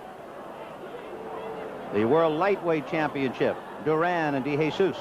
And there'll be Super Skates, Hollywood Stuntmen competition. Great show. Look for it. 1978, the CBS Sports Spectacular. 1st and 10 Vikings. And Robert Lee finding a dry spot. Not really. He just sits on it with 2:50. They're playing calculated now, aren't they? They're going to go ahead and fall on it with 2 minutes and 50 seconds going. And you go back and think about the Rams, who tried an end around with Terry Nelson, who tried the pass when they were grinding it out up the middle. And for Chuck Knox and the rest of the boys in blue, it looks like it'll be a long winter. And there is some rumors around, there have been rumors all year around the Los Angeles Rams that Chuck Knox might be in a little trouble out here. And knowing Carroll Rosenbloom and having played for him for 9 years, one thing he considers is winning it all. Not just your record. Knox can hardly be faulted. In 5 years, he's won 5 divisional championships, but in Carroll Rosenblum's eyes, that ain't good enough. Well, early in the year, before the season even started, of course, was the big story that he was trying to go to Detroit, that the Rams blocked it. And then he was supposedly signed to a perpetuating 5-year contract. Every time you signed it, it renewed itself for 5 years, but I still haven't seen where he actually signed that yet. Kind of like George Allen? Yes, that's right. George Allen is unsigned. There are rumors, of course, emanating from St. Louis that Don Coryell and the Cardinals do not see eye to eye. So the coach's life is always a tough one, and especially when you are losing. Well, like a friend of mine always said, coaches are meant to be fired because you're supposed to, the idea is to win it all. What are the 8 coaching jobs open already around the National Football League? And more to come, I understand. Well, someone once said that football is played by the survivors, and here they are. In this stage of the NFC, the survivors, they came here in white uniforms. They are now the Minnesota Mudmen, and again, Bob Lee goes down, just eating up the clock. The Minnesota Vikings scored. Foreman scored from about 5 yards out in the first quarter. Sammy Johnson jumped over from 1 yard out in the fourth quarter, and in between the Rams just spun their wheels. They had one shot for a touchdown. Pat Hayden threw into the end zone and was picked off by Nate Allen. The Rams had a very important 4th and 1, the first time they had the ball in the opening sequence. Had they made the first down, it might have been a completely different story. But as it was, the Vikings not only stopped them, then it seemed that buoyed them up, that their confidence was sky high, that they were able to stop a team that had given them such a bad time in October, and the Vikings promptly drove the length of the field for the touchdown, and they have not surrendered it. So it has been a remarkable performance by the Minnesota Vikings, a great performance.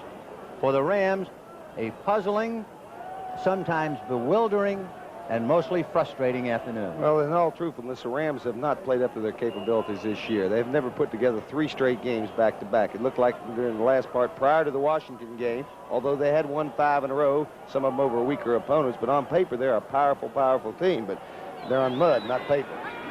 3rd and 17. Bob Lee just going through the motions. And for the Rams, that frustrating moment in any ball game, you're down, trying to get the ball, and time is running out. So the best thing you can do, call for timeout. So the Rams take a timeout. It'll be a kicking situation for the Vikings. 4th and 20, the ball on their 28-yard line. Neil Claybo will be asked to kick it out of there again, and he has done a good job. The Rams are really forced into a position they almost have to go for the block this time to get themselves back in the ball game. And I would say, in looking down at the field, if you go for the block, look for number 27, Pat Thomas. Claybo comes out for the moment, but Pat Thomas is usually the man. That's Cromwell and Dreyer, and there's little Pat. Pat Thomas is the guy, if he can get in there, he's the one who'd come shooting for the block. Thomas from Texas A&M, little guy, he's 5'8", 180 pounds. He has done a fine job ever since Rod Perry went out with the bad thumb. All right, Neil Claybo will be kicking from his own 15-yard line. Cullen Bryant is all alone on the Ram 30. 2:42 left in the game. Thomas came in but couldn't get it. And Bryant at the 35, 40, 45, cross midfield, and down he goes. Sammy Johnson was the man who hit him from behind. So Cullen Bryant brings the ball into Viking territory with 2:31 left. A reminder, the premiere of Challenge of the Sexes will hit the air Sunday, January 8th, with Phyllis George and myself hosting. We sure enjoyed the battle between Virginia Wade and Vitas Gerulaitis, among others. There'll also be some water ski trick jumping, a motorcycle jump off. It'll be Sunday, January 8th, 1 p.m. Eastern Time. The Challenge of the Sexes comes back for its 3rd year. 1st and 10 from the Viking 46. Hayden over the middle to McCutcheon at the 40, to the 35, and Hilgenberg wraps him up with the 35 and brings him down. And, of course, Hilgenberg didn't want McCutcheon to get up. He'd just as soon talk to him a while and kill more time. 1st and 10 from the 34. Rod Phillips goes to the left, and the pass up the middle to Terry Nelson, broken up by middle linebacker Jeff Seaman. And that'll put the brakes to the sweep hand. 2 minutes and 9 seconds left. Trying to hit his backs coming out of the backfield, and those linebackers of the Vikings are not going to hear anything to it. Coverage is excellent. They are well prepared for this game. Terry Nelson had really been the only successful receiver. He has handled 4 for 65 yards. Perhaps if they'd have done that a little earlier, hit those backs. Not now. They're looking for it. The saddest words of tongue and pen. Those would read what might have been with 2 minutes and 9 seconds left. Hayden with both backs out. Lobs it to Rod Phillips. He's to the 30. And Hilgenberg hits him and brings him down. And we're coming to the 2-minute warning, and there it is. And it is raining a little bit harder. It has been a soggy day in Los Angeles, but somewhere in Minnesota, the sun is sure shining. Minnesota 14 and Los Angeles nada, Go senor. Redheads. Go Redheads.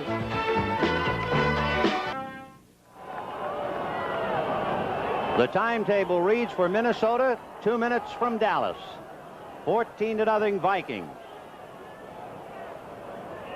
3rd down and 4. The ball is on the Viking 28-yard line. Dwight Scales wide right. Harold Jackson wide left. The running backs are Phillips and McCutcheon. Hayden looked to McCutcheon, didn't have him open, and he takes off to the 15, and he'll go out of bounds at the 15-yard line to pick up the first down. 1:52 left. The Rams are down by 2 touchdowns, 14-0, 15 yards away. And once again, the scrambling quarterback, Pat Hayden, not known for his scrambling ability, but how valuable an asset it is to have. At the time, a little earlier, with about 7 minutes left to go in the ball game, he made a big scramble to beat Carl Eller and go for a first down, but only moments later, with the crowd roaring and thinking of a come from behind, then popped up the interception by Paul Krause. So with 1:52, Hayden has it 1st and 10 on the Viking 15. Pat trying to get in the end zone, looking and throwing in the end zone. No good. Intended for Dwight Scales. Jeff Wright was right there with him. Carl Eller refusing to let him get out of bounds or have any running room. All the experience. Watch Carl Eller, number 81. He's been around about 14 years, been in a lot of big games. Look at that. He knows how he can get hurt. He isn't about to let it happen. Hayden just overshot it altogether. The only thing surprised me, Eller didn't get his hands up, but he might very well have had to keep him at his side to get some balance down there. Running on the deck of a ship at sea. It is 2nd and 10 from the 15 of Minnesota, but the Vikings are leading 14-0. Scales right, Jackson left. Phillips and McCutcheon, and Hayden going to put it up again.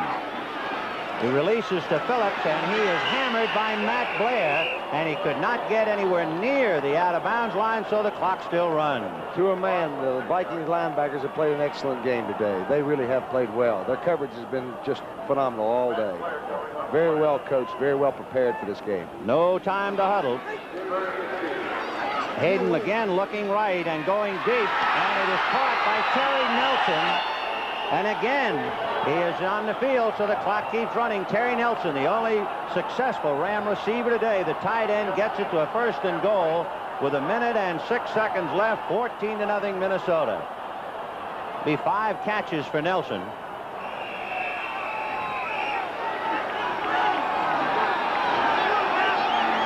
Hayden on a quick out to Harold Jackson. Touchdown. Bobby Bryant defending. So it is 14-6 with 56 seconds left. And hope springs eternal. Well, the first thing you think of is the onside kick, which already burned the Rams. You got to. Look at that. I'm kind of surprised Bobby Bryant didn't look for something like that, if nothing else, to stop the clock. So Pat Hayden finally finds the end zone after a long, frustrating afternoon. And with 56 seconds left, he hits Harold Jackson for the touchdown. For Harold Jackson, the 7th touchdown pass he has caught this year. And they're mixing it up down there. Set the end kicks it anyway. He decided not to be the official. You kick and then you wait and see. A lot of pushing and shoving before the ball was snapped, so let's wait and see. Naturally, the clock is not running on a point after. That is Jack Youngblood gesturing to somebody. Defense offside. Point is good. 5 yards on a kickoff. Okay, The Vikings were offside. The point is good. It is 14-7 Minnesota. We have 56 seconds left in the game. We take another look at that quick pass from Hayden to Harold Jackson with Bobby Bryant defending. Well, you almost knew he was going to either throw that or throw it out of bounds to get the clock stopped because he has no timeouts remaining. Harold Jackson just saw the opportunity to go ahead and put it in there for 6. Next Sunday, January 1st, it'll be Dallas versus the winner of this game, Minnesota or Los Angeles. And the NFL today will start it all off at 5 p.m. Eastern Time. So the Vikings penalized for being offside, so the Rams will kick from the 40-yard line instead of the 35. But, of course, the 5 yards really doesn't mean much because you don't expect Septien to kick at the length of the field. With 56 seconds left, the Rams have to get the ball back.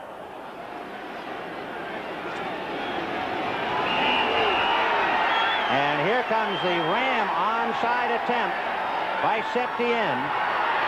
It is fumbled. Now let's see. The crowd thinks that the Rams recovered. We'll wait for the official. Yes, the Rams recovered. Yes, sir. Let's take another look. I don't know whether we're going to be able to see it or not, but let's try from the end zone. Some massive bodies over there. He's mishandled by an up man for the Vikings, and I don't know which one. At this stage of the game, with so many numbers obscured, it's impossible to pick it off. Okay, it's mishandled right here. The luck of a bounce, Ben. The luck of a bounce. We have 53 seconds left to go in the ball game. The Rams have successfully negotiated the onside kick. They are going to towel off the football, and they will put it down on the Minnesota 49-yard line. 1st and 10, and what a finish. Jim Jodat recovered that onside kick. Hayden trying to pull it out and get even in the waning seconds. And he's going to hold it. And gets across the 45-yard line and slip. They have no timeouts left. The Rams without timeouts. They can't stop it. 40 seconds left in the game.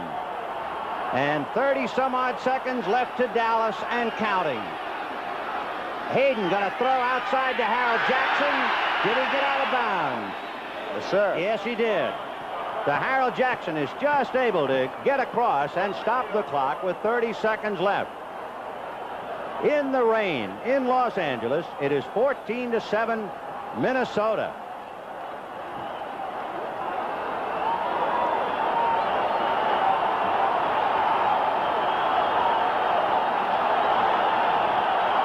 Character time, Ben. Character time. Who's going to make the big play? That's just what we're looking at right now. Terry Nelson has been the most successful. Dwight Scales is wide right. Harold Jackson left. The running backs, McCutcheon and Phillips. Hayden trying to set up and dumping it up. No good. It was intended for Terry Nelson. He's the guy to look for. He has caught 6 passes so far, so the chances are they were going to the tight end again. Doubling those 2 outside receivers and putting the linebackers on him. Now, no matter where Hayden looks, he's in trouble. 4th down. He's got to negotiate it and keep the ball, but he has only 27 seconds to do it and no timeouts remaining.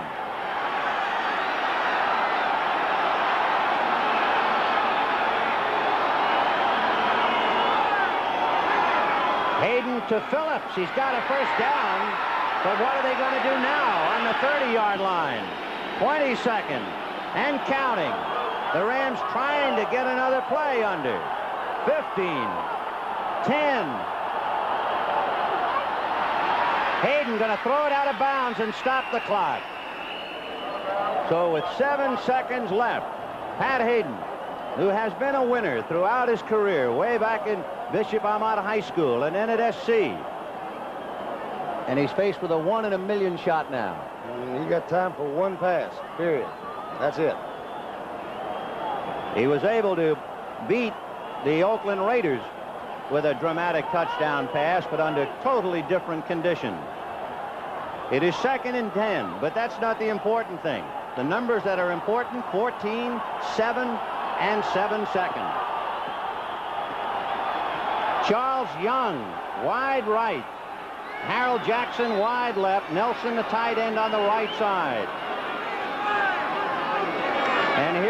for a trip to Dallas. Hayden going for broke in the end zone. Intercepted by Minnesota. The tackle by Charles Young. I want to double check as the gun goes off. Make sure who it is getting up because he is covered.